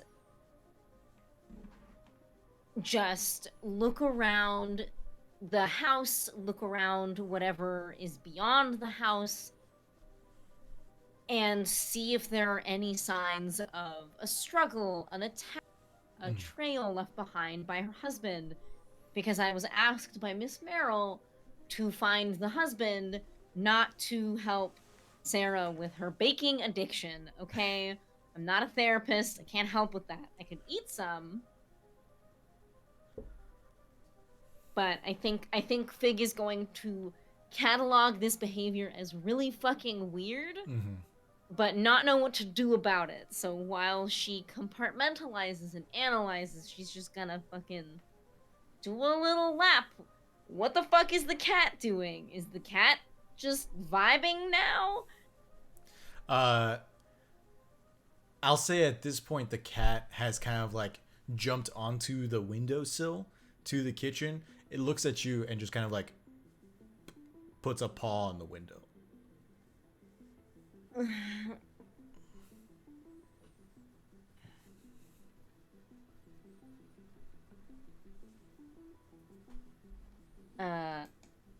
I don't want to go in there. I don't do good with people.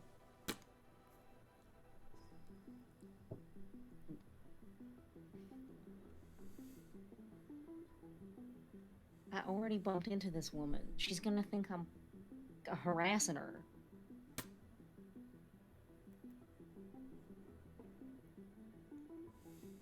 Fine. Fucking fine. 5-minute conversation with this woman. I don't know who you are, cat. You got stop it. Thank you. Get a little pat. I'm gonna like give him a little, get all up in there. And then I'm gonna try to put the cat on my other shoulder so that we can have a cat on one shoulder and a pine marten on the other. Okay. Yeah. The cat sits Which is obediently. definitely how you should greet people, because everyone's gonna be like, yeah, this is fine. This woman is crazy. I'm assuming you're going up to the front door. Well, you tell me, dear keeper. What is my best way in? Last hold. You like that? You like that transition? Keep your hold.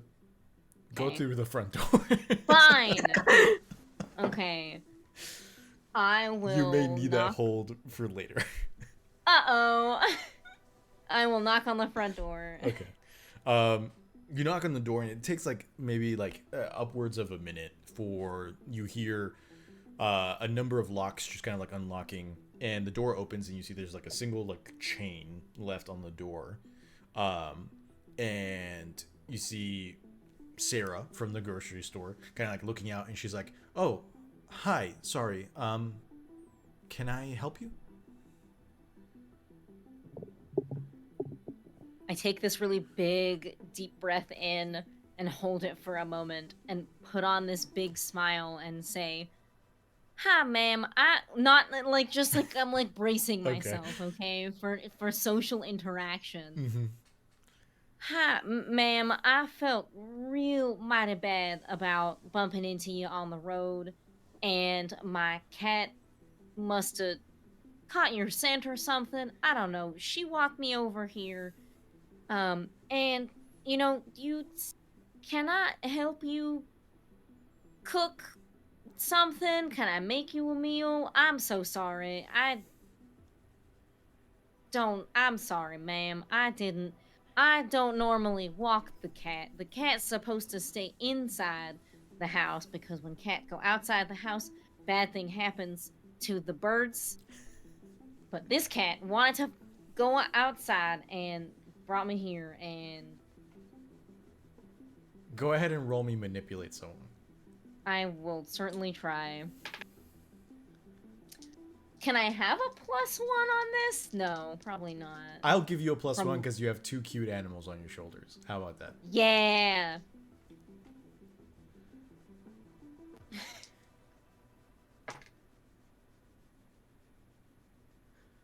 No, you've got to be kidding me. It's in fiction.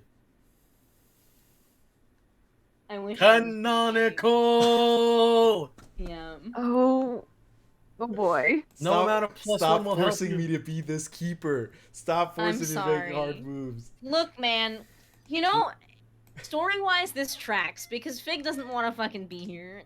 I am so Yeah. glad we decided it to up the amount it takes to level up. Yep. Okay. I don't know what you guys talking about. I'm doing So fine. Masha, go ahead and mark experience if you Good haven't for you, already. Dustin. Sure did. Already did. Dope. Immediately the door slams in your face. Immediately, just like a resounding slam, it slams in your face. There's a beat, and then you hear the last lock unlock, and the door opens, and you see Sarah is standing there, no longer frantic, just like deadly calm. Oh, the vibes. And you can see They're that so bad. her eyes are like somewhat glazed over, and she says, "Come on in. The tea party's gonna start soon." I knew it. And we're gonna go ahead, or actually, I am gonna jump to Philip. I want to jump to Philip. I want to give Chris just a little bit. I know that we just had a little bit of extra time after the snack break, but we'll be ending soon. Chris, so Philip has been sitting having tea for a very long time. Is it good tea? Does it taste good at least? It tastes like Lipton. Okay, cool, perfect. A lot of it, because he doesn't have lips, a lot of it falls out. Sure. But overall, and his tongue isn't in a great shape, but he's overall like, you know what? If I had to be forced anywhere, there are worse places. And so in this entire time, pretty much like, in between the inane conversation in and of itself, Dora has just been pestering you with the question of, are you having fun? I want you to have fun. You're my friend. This should be fun. Yeah, that's true. I agree. We should have fun. So are you having fun? I think I would have so much more fun if more of my friends were here. But they're not my friends. You're my friend. I want you here. But don't you want more friends too?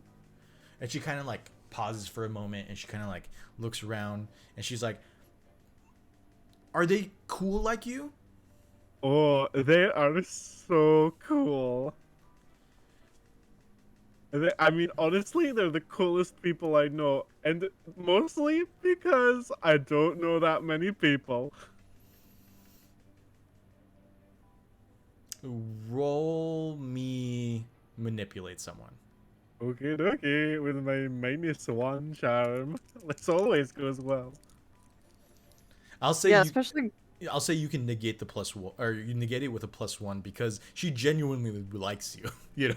So cool. Thank you. Perfect. Yeah. Cole I needs rolled to sit you guys down and have a lecture on how to talk. I rolled a 3 and a 4, so that is a 7.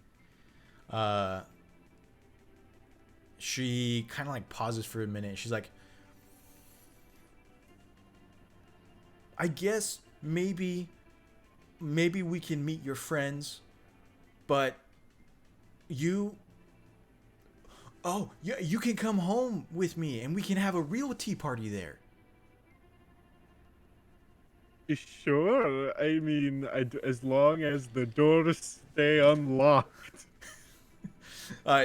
She's already up and like walking around really excited, so she probably didn't process that last part of what you said.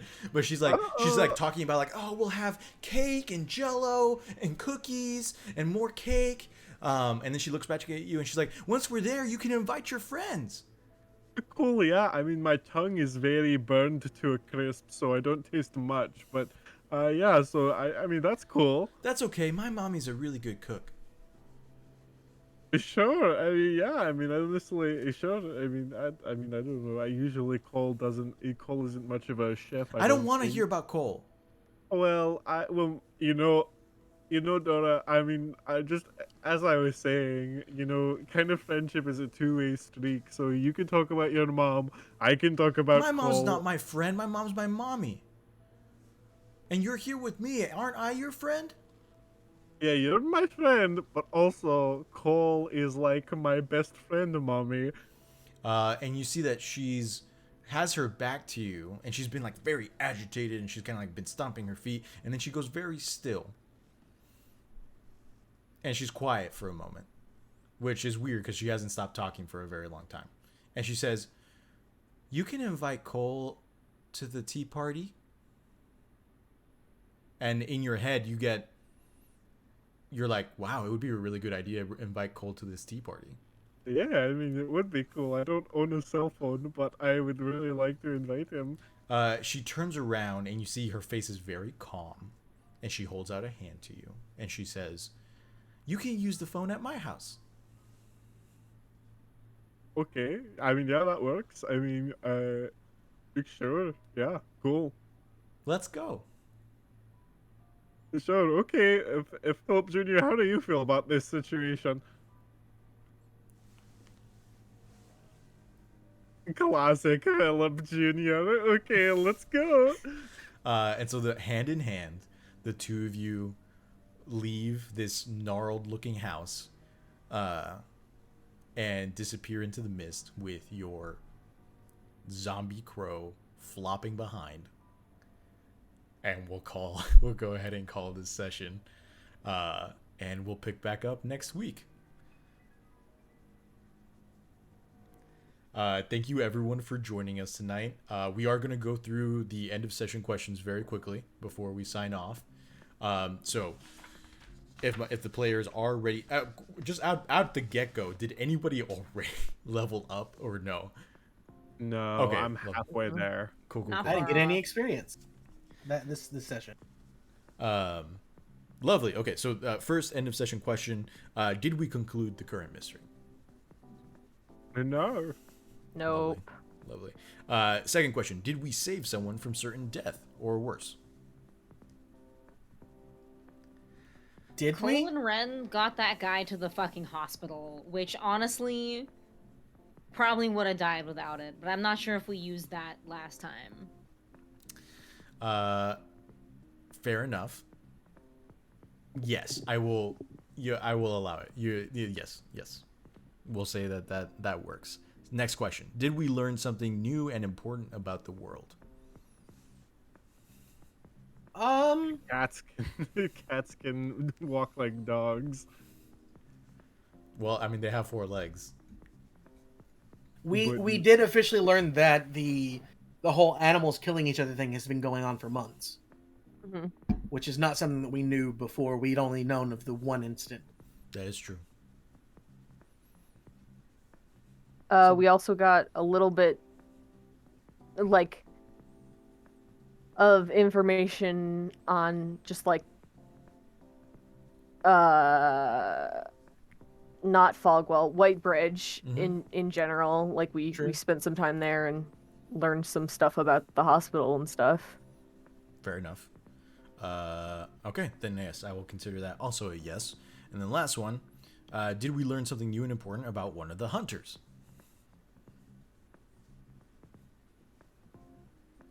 Arthur's like a Pokemon, just keeps saying his own name. True. Yeah, the little thing about Cole in the beginning. That is true. History of being a troublemaker. Well, okay, now hang on. A little bit of a cute, precious troublemaker. Name what he did that was actually being a trouble. Bringing a shrunken head to class. Show and tell. It did cause some accidents, nearly caused some car accidents. Yeah, okay, I'll give you that one. I mean, to be fair, Cole didn't get to say that himself, so. Yeah, we're getting one side of the story. Yeah. Surely. We did still learn. That any fair courtroom would hear all sides. Yeah, Meryl could be a fucking liar. Yeah, because fuck of all the Meryl. fake art she has in her house. All that could be Hashtag bullshit. cancel Meryl. Meryl's getting canceled for being a thief. No, That for being bastard. a forger. Forge? Just a Master. straight Bold up of you to mean Homegirl assume makes they're swords. forged. Forged and Fire. This season, check out Miss Meryl making a sickle. I don't think that I'd ever mentioned in character that Cole was in the storm back east. I definitely told you guys, but I don't know if I've ever told the audience. That is true. Fair enough. All right, so then that's 3 yeses, so you get 2 experience. Nice. Oh yeah. Did you level up? Yep. Sorry, baby. Very nice. And that's 6 too. Yeah, so that next was time it's 6. 7. Yeah, so now your next level up is 7 XP. Yep. So Chris, you need one more? Yeah, I need one more to level up. I'm at 5. I can't believe this. I'm keeping track on the document that we have all the I things should be on. doing that, but we need to pin it. Like we need to put all those resources into one Discord message and then pin it because I keep losing it. Yeah, for Uh, sure.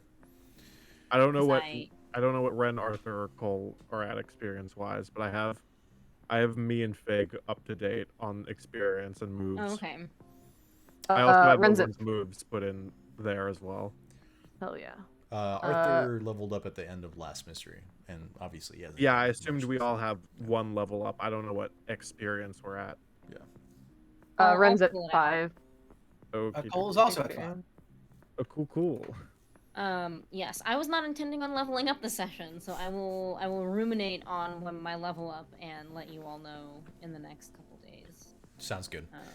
Mhm. In the meantime, thank you everyone for joining us tonight. We hope that you enjoyed the session. You got some chuckles out of it. You got some chills down your spine from it. We appreciate you very much, and we appreciate you joining us. I can't say it enough. That's why I think I've said it twice. But we love you a lot. Please go unclench your jaws, get a drink of water, get up, go stretch. Please be kind to yourselves, and we will see you next Tuesday. Bye-bye. See you later, alligator. Bye. After all, Bye. crocodile. Bye. Monkey. Mwah.